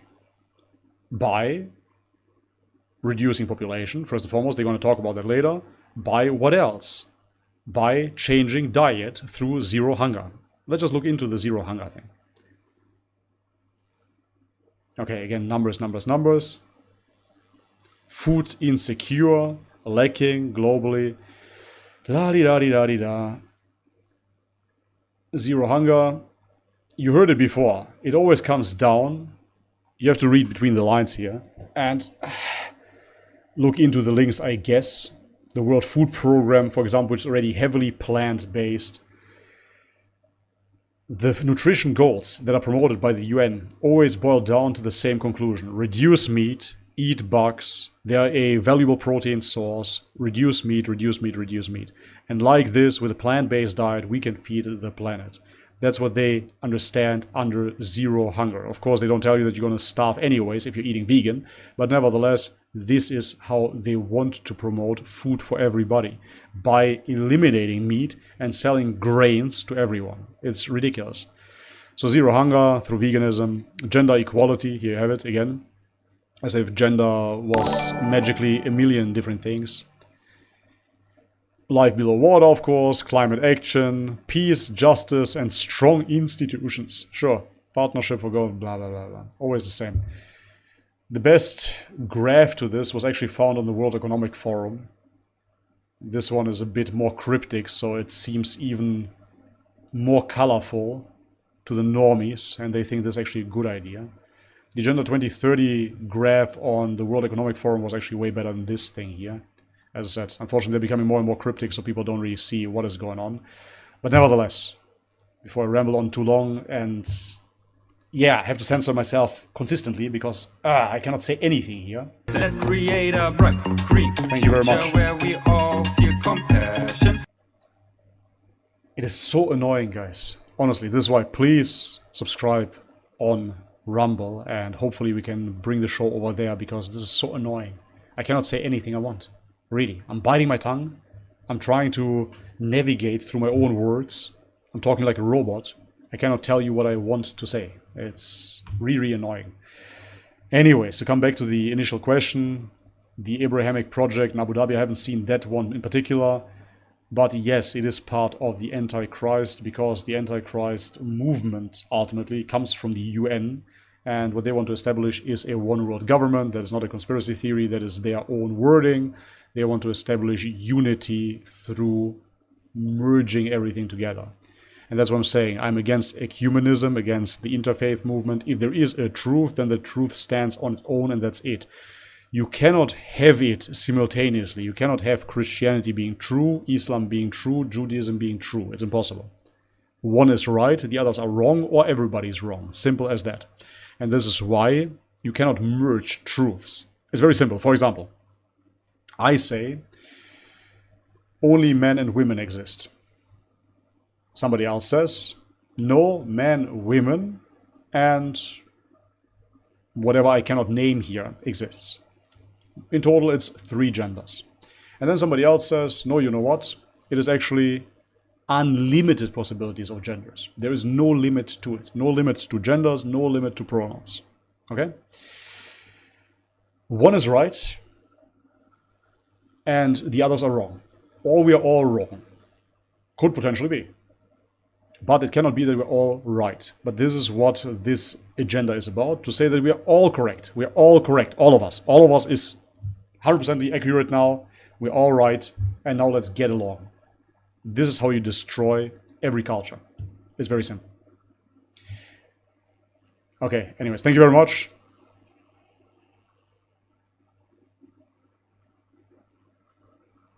Abdullah, thank you very much again, brother. Actually, nobody knew her. That is even more impressive. We just received messages on our phones from the government that an American Muslim passed away, to see if any would attend and do the burial process. But no, she was not famous. Wow. The guy is an Emirati man on Insta. Majid Al-Amri. Very, very interesting, man. Thank you so much for clarifying this. This is crazy. I wouldn't have believed that possible. Adel Isic, thank you very much for the 20 sec. Says truth stands out clear from error. Bakara 256. It stands out for people that have eyes to see. For many people, unfortunately, it doesn't stand out at all.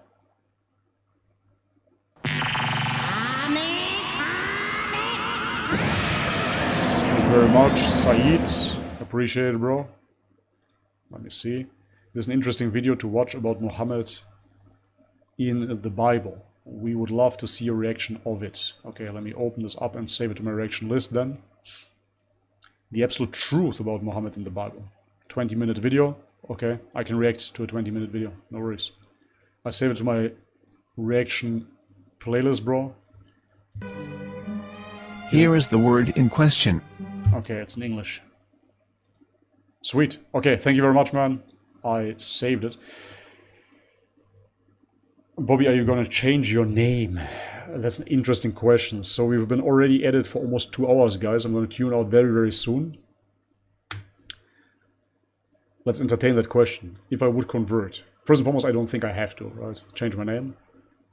And I wouldn't change it. Let's put it that way. So if I would get an Islamic name, I would get it additionally to my name. I wouldn't change my name in totality.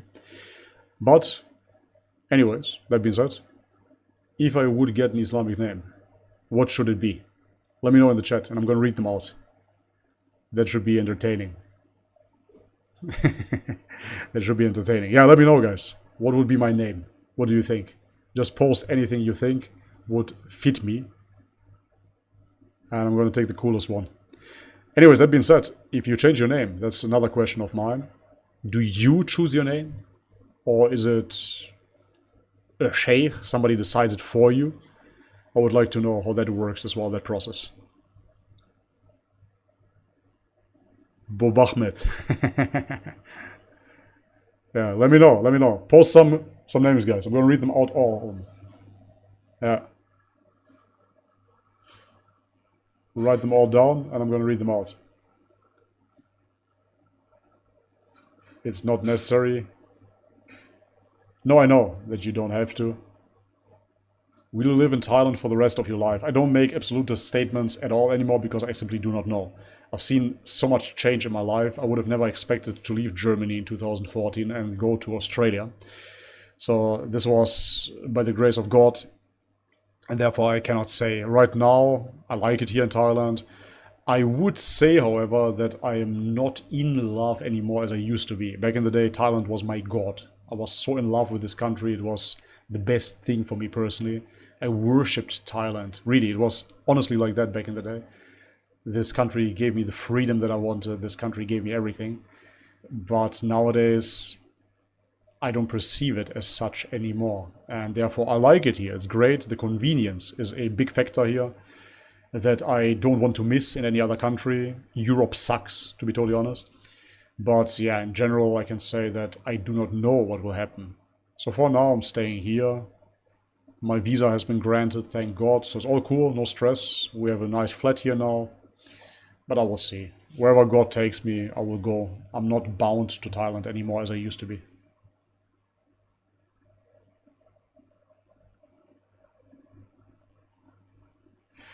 Okay, let's read out the names.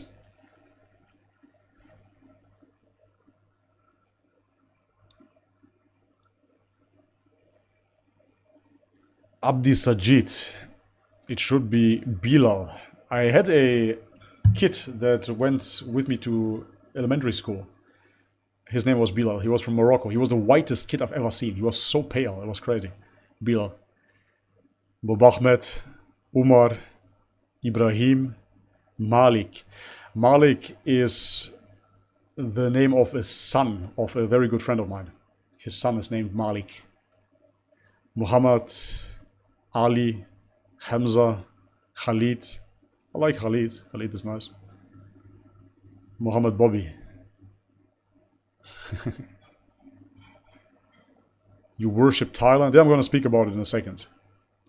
Not in the sense I bowed down to Thailand. I'm going to explain it in a second what I meant by that. 1 second. Abu Bakr Bobby. I love the name Abu Bakr, I have to say. Abu Bakr is the best name. Hands down. For me personally, I like Abu Bakr the best. Just sounds manly. I like it. Abu Bobby. Bobby is usually a nickname for Abraham or Ibrahim. I didn't know that. Bobby al-Bukhari. Abdul Shakur, servant of the All-Thankful. Musa. Musa is a nice name as well. Bashir. Bashir Ahmed. Bashir sounds nice. I like that one. Abdul Haq, servant of truth. That's a nice name, man. See, the meaning in those names is beautiful. Bob the Builder. That's how they called me on construction sites in Australia. Abdullah. Ibrahim. Musa. After you watch The Message, you will call yourself Hamza. I have to watch the movie, bro. God willing. Isa. Yeah, Isa is a beautiful name, of course. Omar. Abdullah. Abu Bakr. Ibrahim. Abdul al-Haq. Ismail is a great name, mashallah. Ibn Bobby. Bashir Ahmed. Umar. So now they're repeating Mahbob. Suleiman. Khalid. Bayazid. Bayazid sounds cool too, man. Khubabib. Ibn Battuta. The Prophet said the most beloved names to Allah is Abdullah and Abdur Rahman. Yunus. Adnan. Adnan is a nice name as well. I like Adnan. Bulbul. Anas. Nice name too. Abdul Hamid. Dawood. Zakaria. I like Abu Bakr the best, I have to say. That's such a cool name, man. Ali. Ah, you can call yourself. That's interesting, man. I would like somebody else to give me the name, to be totally honest, because Bobby, the nickname, was given to me as well. So I don't feel like somebody that would give himself a name. But if I would have to choose, I would choose probably Abu Bakr. I like it. Cool name. Anyways, that being said, the question was, you worship Thailand. Okay, let me put it like this. I didn't believe that Thailand is God. Okay, let me put it that way. However, as I mentioned previously, and you know it from Islamic teaching as well, have you seen the man that took his own desires as God? I wasn't religious the last time I was here in Thailand, and that's already 4 years ago almost. During that time, I experienced this country as something... Thank you very much. As something that was like a dream. In Germany, I experienced the strictness of Germany. You have to obey the laws. Everything is super strict. Everything is super cold. People are without emotion. They're often like robots. It rains all the time. Winters are cold, etc., etc. I hated it. When I got to Australia, it was basically a Western country, nicer than Europe, and beautiful oceans. Beautiful oceans, beautiful beaches. It was nice. But when I got to Southeast Asia, to Thailand, what I experienced there, I didn't thought possible before. I couldn't believe that a country like this existed. Okay? Be it the convenience. Back then I partied a lot, of course. Women, all of that, right? Driving drunk on a scooter with no helmet. Woo-hoo-hoo, right? Seeing multiple women. Again, nowadays I would never do that. But back then, this was something that for me seemed like the ultimate freedom. Going to 7-Eleven, which is a convenience shop, at 3 a.m. in the morning because they're still open. Shopping centers, bigger than anything that I've seen ever in Europe. Beaches, the most beautiful, like from a postcard, right? Mushroom shakes. Those things here. All of it, right? Just access to everything you want. And I was still in my 20s. I experienced all of that, and for me it just seemed like this is the perfect place on earth. There can't be any other country that is like this. And so I got so attached to this country that I made it my God ultimately. And yet again, not consciously, because at that point I didn't really pray to God or thought about God much, not at all. I was just thinking about living my life and experiencing my life. And this was the perfect country to experience that life. And this is why every time I would move away from Thailand, I would go to Australia, I would go to New Zealand, I would go to South America and whatnot, I would just think about Thailand. I need to go back to Thailand. I love Thailand so much. I need to go back to Thailand. I love it. And nowadays I don't have it anymore, thank God. So this has been lifted off me. I like it here, it's nice. I have convenience here. It's fun for my kid. Today we went to a humongous play park. It was insane. If I would have ever gone to such a play park as a kid, I would remember it to this very day, because that must have been the best day of my life. But we didn't have play parks like this. I would like to show you the videos, but unfortunately I'm not going to do it here online. I'm not showing my kid online. It was just absolutely epic, amazing. It must have been 500 square meters. Just toys, toys, toys after toys, slides and whips and whatnot, everything. So it was crazy. And yeah, so you have very, very nice things here in Thailand. Makes the life of my kids really, really beautiful, I believe. And for us it is very convenient, but I don't worship it anymore, because I don't have any pull from those desires, thank God. So I don't care. I don't care for getting drunk and partying. I don't care for driving the scooter midnight and driving to some women. I couldn't care less. So that's why I don't care about Thailand the way that I did. It's nice now. I can't wait to have some durian season here so I can eat some fruits. I'm old now. That's it. Yeah. Anyways. Thank you very much again for the donations, guys. Let's create a bright, green future where we all feel compassion. Abdullah, thank you very much, brother. The reason we are passionately encouraging you to take Shahada is not to pressure you, but because we can see that God blessed you and guided you to the truth. Thus, we feel obliged to encourage you to take the right step and declare it on your tongue what your heart believes. Thank you so much, man. It really means a lot. And I'm not going to spoil it here or anything, and we will see how God guides me. But lately, I've been getting a very, very strong pull one more time. And I'm exploring it now here in my real life, not only online. And I'm going to tell you one thing. It's very simple. I'm not going to continue with reaction videos to Islam. I'm not going to continue with this channel like this in the next following months if I don't convert. Right? It's very, very simple. I wouldn't see the point in it.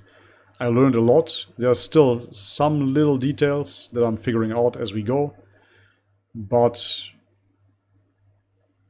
I can't do this forever, right? I'm not gonna just keep on watching YouTube videos for the sake of watching YouTube videos. There needs to be a time frame. And I have a rough time frame now, and I will decide then. So either I convert, and if not, then I will just shut down the reaction videos completely. That's how I see it. I've seen other YouTube channels, and I found it pathetic, to be totally honest. They've been reacting to Islam for 2 years or something on those lines. And yeah, they still don't convert, they don't want to convert, or whatever the case may be, but they want to make reaction videos. And that's not how I tick. I cannot do that. That would be hypocrisy. So for me personally, it's crystal clear that I will do a bit more further research, and then I will make my decision. I cannot push this further and further and further away from me. That doesn't work for me personally. So that's how I see it. I'm not going to give you an exact time frame here, but I'm definitely not going to do this here for many, many months to come if I don't convert. That doesn't make any sense. But anyways, I really appreciate you guys. I really mean this, and it has been nothing but encouraging. Of course, we have some crazies, like in any community, that post all kinds of hate. But ultimately, overall, it has been 99.9% positive. Thank you very much. Tim Flo, Super Chat, $12. Thank you very much, Tim. As a Muslim convert, I didn't know that you're a convert. I agree 100% with you. Thank you for being honest and spreading the truth instead of lying for the religion of A, B, C, D, E, F, G and political correctness. Yeah, yet again, I'm kind of bound to the community guidelines here, and therefore I am a bit more politically correct than I would like to be. I don't like to be politically correct at all, but for the sake of this platform, for the sake of my channel on this platform, I have to be. And I have to censor myself, basically. That's what it really boils down to. It's annoying. I cannot stand it. I am not giving out any wrong information. I'm simply not giving out all the information that I want to give out. that's how it is. I have plenty to say about certain spiritual experiences. I have plenty to say about politics. I have plenty to say about medicine, but I cannot say it here. And that's why, yet again, please subscribe on Rumble. Honestly, this is... ultimately, it will be better for everybody, because if you like this channel, you're going to like it even more on Rumble, because I can finally speak about everything I want to. And for me personally, it's going to be a huge relief, because then if I want to make a certain video, I can just make it for Rumble. And if I want to speak about a topic on a live stream, then I can do it on Rumble as well. So it would be great if you subscribe over there, guys. And then we can, yeah, get away from the censorship. It would be awesome. Anyways, interesting to hear, man. I didn't know that you're a Muslim convert as well. Bobby, your grass-fed finished liver plus cow powder is not deliverable to India. Can you please help? I will have to talk to Grassland Nutrition. It's not my company, right? I'm just affiliating for them. I'm going to ask them what they can do. I don't know if they can change that. Maybe it is due to India or something. I will double check and then let you know. And on that note, yet again, people still ask me, can you make those products halal? They are halal. I have a little halal logo there, and they're certified halal. They come from Australia, and as far as I know, the majority of meat in Australia is halal because it goes to Indonesia. So there you go. It is halal. How to sub on Rumble? Paul, there you ask Boomer Bobby, man. I have no clue, bro. I really wouldn't know. Let me see. Let's find out together. 1 second. So you will have to look up Bobby's Perspective. Search for me. So let's take this video. Christian reacts to halal slaughter. 2 rumbles. I don't know what a rumble is. So here, boom. Now I have 3 rumbles. Yay! Here, subscribe. Here it is. You just make an account and then you click on subscribe. I have 70 subscribers, not 115. But I have 115 rumbles. Yeah, anyways. I can share the link as well. Yeah, copy. I'm gonna post it in the chat box now. So up here you subscribe. And I need 1,000 subscribers at least to be able to live stream, otherwise it doesn't work. Thank you for subscribing. Okay. I'm posting it in the chat box right now, guys. Here we go. Zack. So you can just click the link and subscribe to me on Rumble. Okay. Rumble is a like. Okay, makes sense.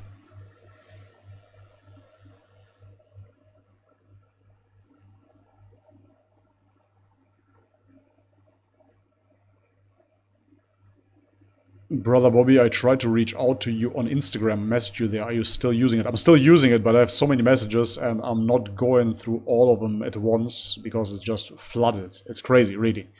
So at some point I should be able to see your message as well, bro. And please, guys, please don't spam me on Instagram because I had that too. It was crazy, man. People just sending me the same message a billion times and then I don't see it because it's not in my inbox yet. It is filtered. And then I'm going through all the messages and I see it. And the first thing I see is just the same message a billion times at once. So, yeah, once is enough. Believe me, you can just say hi or whatever. And we go from there.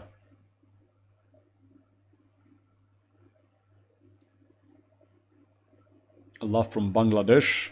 Greetings and love to Bangladesh. Bruder, wie findest du Deutschland von 1 bis 10? Bruder, für mich 1. Ganz ehrlich. So he's asking me how I like Germany from 1 to 10. It's my personal preference, okay? I'm not saying that objectively. And I'm not saying this to be politically correct either, because I know and I understand that there are very, very good things about Germany. But for me personally, it's a 1. It just doesn't resonate with me at all. I do not like it there due to the weather. The weather sucks. The attitude of the people, the following attitude, the sheep attitude of many, many people. The culture itself, there are certain aspects that I appreciate, but they never resonated with me. I'm not into football, into German football like most Germans are. I'm not into German beer. I'm not into German music, what have you. I always respected Germany, and I always obeyed by their cultural standards. I never spoke bad about Germany in that sense, and I never will. Yet again, this is why I say, objectively, Germany could be absolute paradise to someone. Matter of fact, the king of Thailand spends most of his life in Germany, in Munich, because he loves it so much. I, on the other hand, like his country better.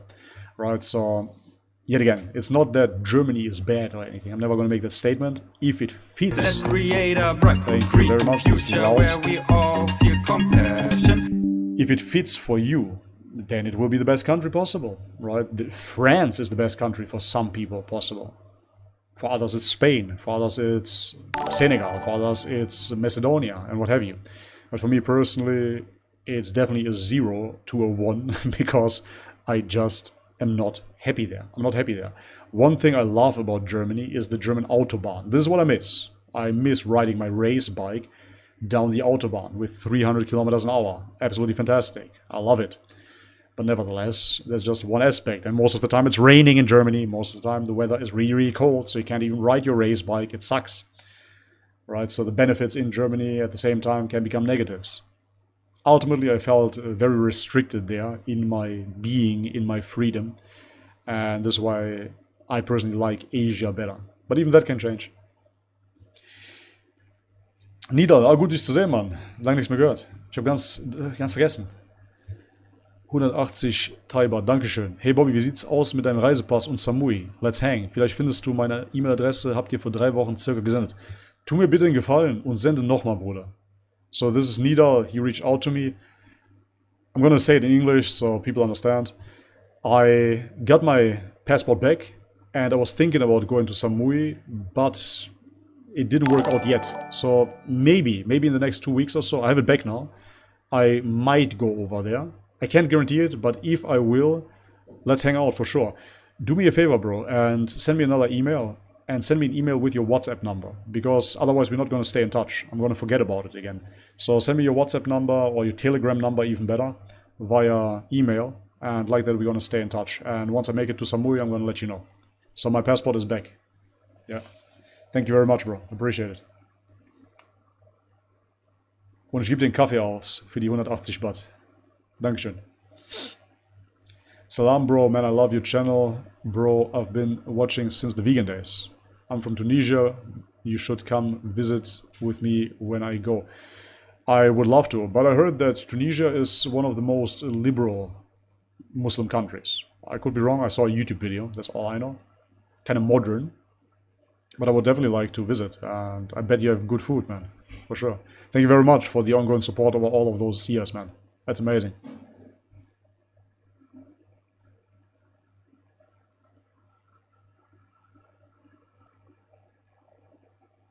Come to Pakistan. I would love to.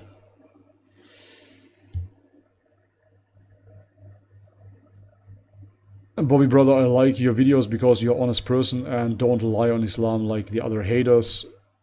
What I learned throughout my years here on this earth and throughout doing YouTube as well is that we all have assumptions, but the most disgusting thing is to act out on those assumptions. And I realize that most people do.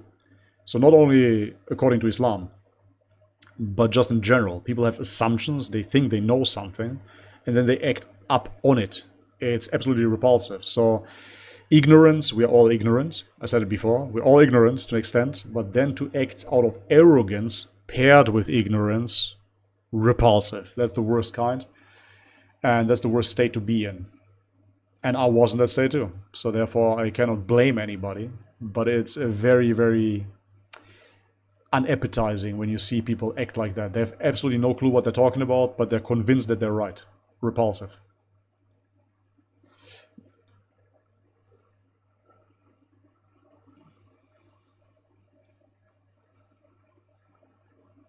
When are you releasing the Quran chapter analysis?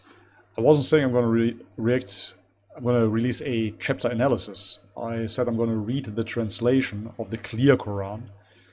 And what I'm thinking about now is, because I've been getting so many requests and so many opinions, that we will need essentially not only the English version, but the Arabic version as well. So in one video. So for example, that's actually interesting. If there is somebody that wants to read the Quran with me, somebody that wants to read it in Arabic and record it, that'd be fantastic. So to recite it. Because yes, you could say, okay, why don't you just take something off YouTube? Because YouTube, honestly, I wouldn't even mind if I just get copyright striked. Fine, nobody cares. But it's always the TV show, or TV channel rather, Salam Network, that is always taking the revenue. And that is simply not fair. And I'm not going to stand for that. Every single time you post Quran recitations on YouTube, Salam Network, that TV channel, is taking your revenue. Let's create a bright, green Why? future Why where would I we give the all revenue feel to Salam compassion. Network? Doesn't make any sense, especially because Salam Network didn't recite those surahs. So absolutely pathetic, but unfortunately they somehow copyrighted all the surahs on YouTube. Crazy. So if there's somebody that can recite the Quran, then let's do it together. That'll be a mega project, of course, but that'll be fantastic. So for example, we start with Al-Fatiha, and you can just record yourself ultimately, or your voice, and you can do that in Arabic, and then I read it in English. So we have both. That'd be great. And that would be one video. So just like that. No introduction, no Bobby's Perspective intro, just me read the English version, and then the Arabic comes right after. That's what I'm planning to do. So if there's anybody that would like to participate, let me know. Reach out to me via email and send me. Actually, let's do it like this. If there's anybody that wants to do this and is willing to do the whole Quran over the period of, I don't know, the next year or so, then reach out and send me an audio file or video file, whatever works for you, where you recite Al-Fatiha. And then I'm going to choose one of you guys, the one that I find the most fitting, and then we're going to make the video together. So yet again, you don't have to Skype with me necessarily. We can do that too, but you can just record it in your own time, at your leisure, and just send me Al-Fatiha, and yeah, then I will check that out and merge it into one video. I think that would be the best version, because otherwise, what's the point? If I just read it in English, then we have an audio book ultimately. That's cool too, but I believe it's only fair to have the original with it in one video. And like that, we haven't seen it before on YouTube, so it would be a novelty as well.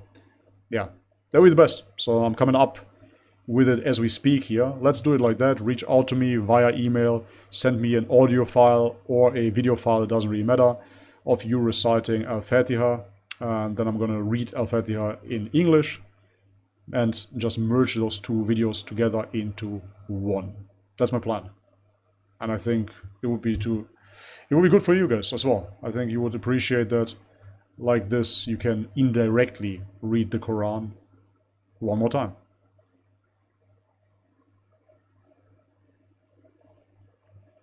Okay, thank you very much, Tim Flo, again. Duolingo or something. Just disconnected here real quick. I hope you heard this. Matter of fact, I'm learning Arabic right now, and tomorrow is my third Arabic lesson. Yes, absolutely. So I'm learning Arabic at the moment, and God willing, I will learn it in full, or at least sufficient enough, so I can read the Quran. Yeah, who knows? But at the moment, yes, I'm taking Arabic lessons as well. This is how serious I am about this. Farid Response might collaborate. Sure, if he wants to. If he can recite, why not? And thank you very much for subscribing, bro. Tim Flo, I appreciate it, man. Everybody that wants uncensored content, please guys, do me the favor. Let's support Rumble. Rumble is a free speech platform at the moment. I hope it stays that way. I cannot guarantee. But at the moment it is. So please, let's subscribe over there and yeah, give YouTube less views and Rumble more.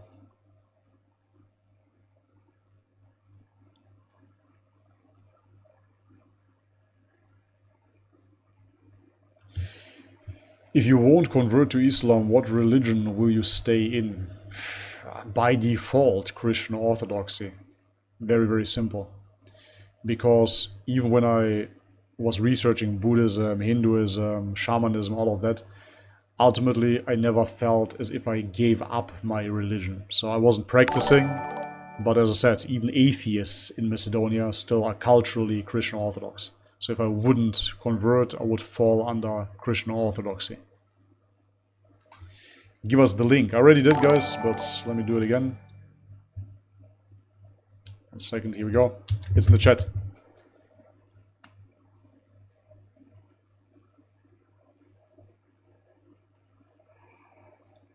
Okay.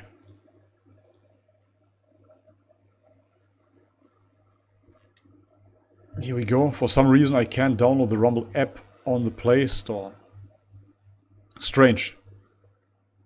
I don't know why that is. Maybe you can directly download it from the Rumble page.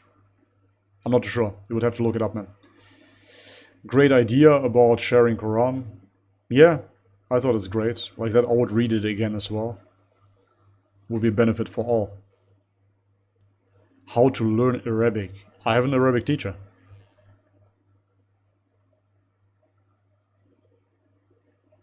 Just 1 second, guys.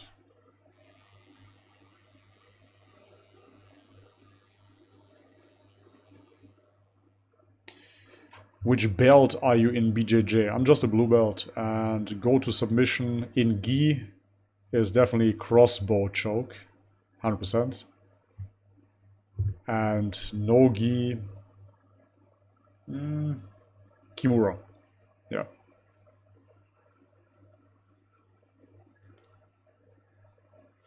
You can use any video from Al-Lafasi channel. Okay, I'm gonna look that up. So they are copyright free or what? Let me see. Al-Lafasi. No, man, I can't.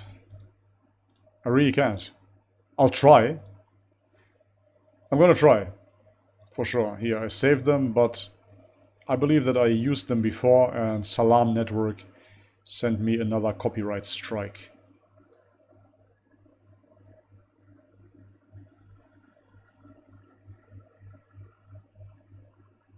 Bro, here in India they even celebrate their god's idol's birthday. Wow. They cut cakes, post pics, statues and all. That is absolutely insane.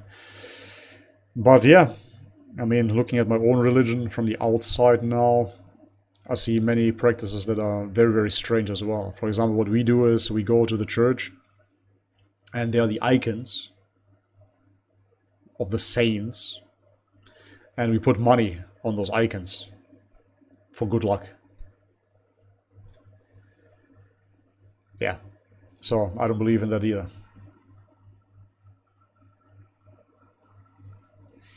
You should do more meetings with Muslim scholars, but I think it would be more logical to do it in not just with Sunni scholars, but also with Sufi or Shia scholars, so you hear all the answers. Yeah, absolutely, I'm open to that. It would be a great honor to speak to all of those people. Hey, Bobby, is making videos your full-time job? What would you be doing as a profession if not making videos? At the moment, yes, it is an absolute full-time job. I'm working more than I would work having a job. It's really the case. With everything that goes into YouTube, you can ask my wife, she's pretty annoyed with it. I'm working more than if I would have a regular 9-to-5 job, 100%. What would I do otherwise? Depends. I am a learned media design assistant. That's it. So I could do something with multimedia, something with editing, potentially. Even though I really, still suck at it, as you can see. But other than that, I did all kinds of jobs. I did manual labor jobs, I worked on construction sites. I was a delivery driver. I was a patient transport driver in the hospitals. I did all kinds of jobs. Everything that you can imagine. So, yeah, I would find my way somehow. But at the moment, yes, it's full-time YouTube.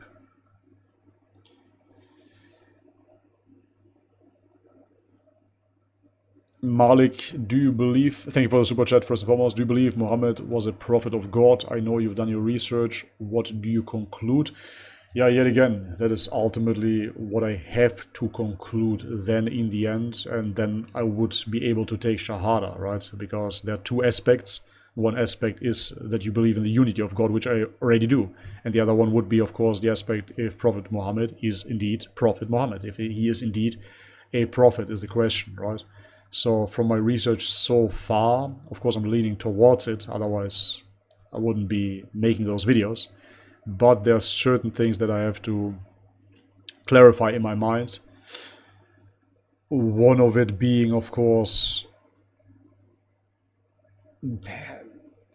it's complicated. It's a bit complicated to lay it all out here, how I see it at the moment. So there are certain things, as I said previously here when we watched the David Wood video, certain things that have been said about Prophet Muhammad that are still sticking with me, that I have to clarify within my own mind and kind of debunk and see who he truly was, or at least what we can know about him historically, and what has been an absolute blatant lie by people like David Wood. So once that is clarified and is really out of the window, then of course I can accept him as a prophet. But there are still some things that I need to understand.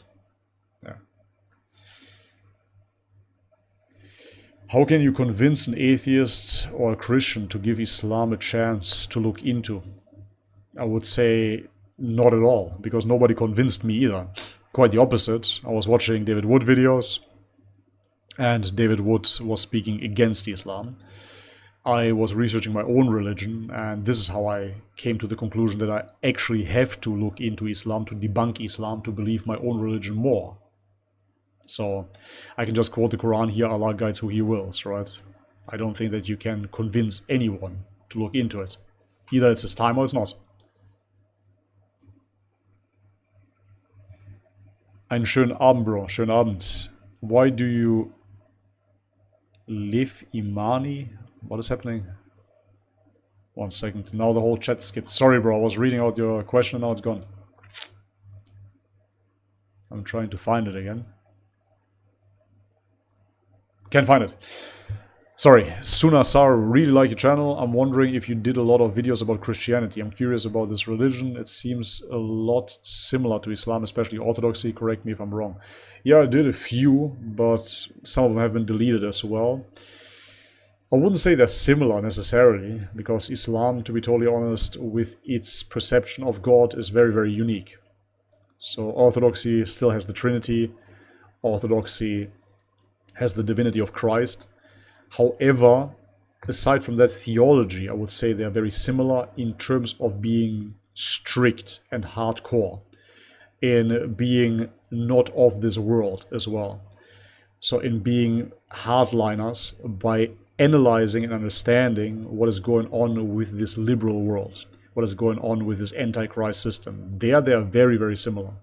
So it seems that the Orthodox Christians and the Muslims, some of them, truly understand what is going on, and that this is a battle between good and evil, a spiritual battle ultimately here on this earth, and that you cannot find any salvation within this world here, but you can find it only within God, right? And only by staying on the faithful path. So this is where they're very similar, because they're hardcore religions, not like Protestantism or God knows what else. So this is where they're similar, but theologically in its core they're different, for sure.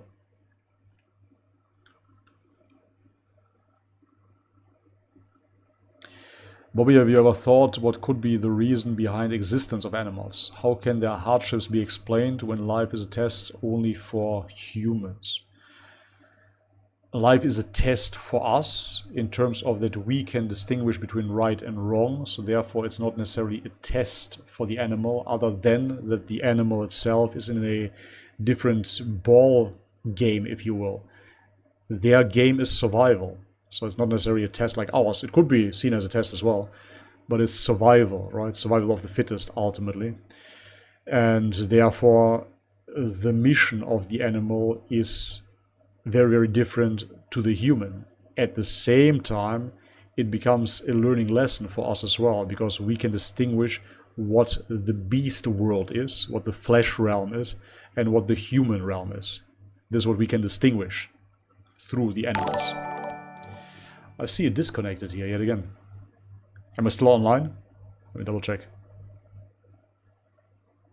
1 second. Yeah. Still seems to be online.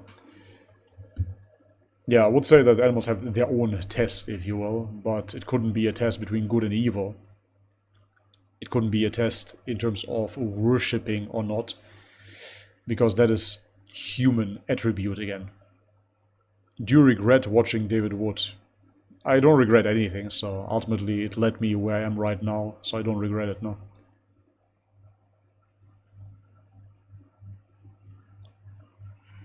Okay, guys, anyways, fair warning, I'm zoning out here. In 2 minutes, I'm turning it off. It has been long enough as it is. So 2 more minutes and I'm tuning out. Fair warning. Bobby, how could you explain to an Orthodox Christian that Trinity isn't God, or that Trinity exists in Orthodoxy, since many of them don't even know? So, yeah, the people that don't know simply don't know. If you tell them, then that is up to them to analyze or not analyze. But how to explain to them that the Trinity is not God, it depends who you're talking to, right? So you have people that are heavily invested in that theology, and I don't think that you could essentially bring him out of it. It really seems like, if I look at certain, be it scholars or theologians, they're all in, and for them it makes absolute sense, right? It must make sense for them.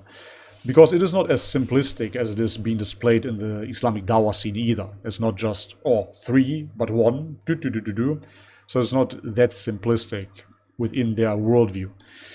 The Orthodox worldview is that there is the essence of God, and the essence of God is essentially what Muslims would see as Allah. To put it as blankly as I can, to describe it as much as I can, the essence of God would be what is seen as Allah within Islam. Maybe people will say, no, that is not correct. It is correct. This is really what it boils down to, because Orthodox Christianity says that ultimately the essence of God cannot be known. It cannot be fully understood. There's no way. The essence of God is not even personal in that sense. The essence of God is what it is, for us, a mystery, not understandable, and it is one. Okay? So this is basically Allah. However, the perspective of the Orthodox is that out of that essence, you have an outpouring, so to speak, of 3 persons. And those 3 persons are out of love. So God, within its essence, is producing those 3 persons, the persons being the Father, the Son, and the Holy Spirit. All of them are eternal because they stem forward out of that eternal essence. They're not creations. Just as some people would claim that the Quran is not a creation, but Allah's eternal speech. Similar to that, you have to understand that those 3 persons are eternal within the Orthodox view. Again, I'm not saying that this is my view. I'm simply trying to explain the Orthodox view here. So because you have those eternal persons pouring out of the essence of God, you have a relationship between them, so to speak. You have the Father that loves the Son through the Holy Spirit. The argument, or the big argument for Orthodox Christians, is that if there would be just a unity within God, then there would be no subject to the love of God, right? So you couldn't say that God is loving, because there would be nobody to love, so to speak. So this is why, within the Orthodox perspective, the Orthodox claim is that this is why we have the Father, the Son, and the Holy Spirit, because like that, there can be an exchange of that godly love. The Father loves the Son, and the Son loves God, the Son loves the Father, and like that, you have this ever-spinning circle of love that never ends. Okay? This is basically the explanation of what the Trinity means. They do not understand how God, or how Allah in His unity, would be all loving if there is no subject to His love. That would mean, out of the Orthodox view, that God needs to create people in order to love them. And without them, He couldn't be loving in Himself. That is their view. Again, I personally believe that God's love transcends all of it, but that is my perspective. So yeah, that's how they see it in a nutshell, and therefore to say that, well, the Trinity is not God, I don't think that anybody that is super invested in that belief will believe you, to be quite frank. Yeah. I've heard, again, Orthodox make this claim, debate for this claim years and years and years and years on end. They're invested in that belief system and they believe it, and good for them. Alright, anyways guys, subscribe on Rumble if you can. I'm going to be tuning out now. It has been really long enough. I'm hungry. I need to sleep. It is already, wow, 11 p.m. around here. Thank you very much for tuning in, guys. I appreciate it. Thank you very much for the super chats. Thank you very much for your questions. It was amazing. I hope I will be able to do this next Sunday again, God willing, but maybe even before that on Wednesday or so. We will see how that works. I need to buy another lamp as well, so we stop this green screen flickering. Right now it's okay. And yeah, hopefully then in the future we'll have some better live streams. Anyways, thank you very much for tuning in, guys. Now I'm going to tune out. God bless you all as always. Much love and peace.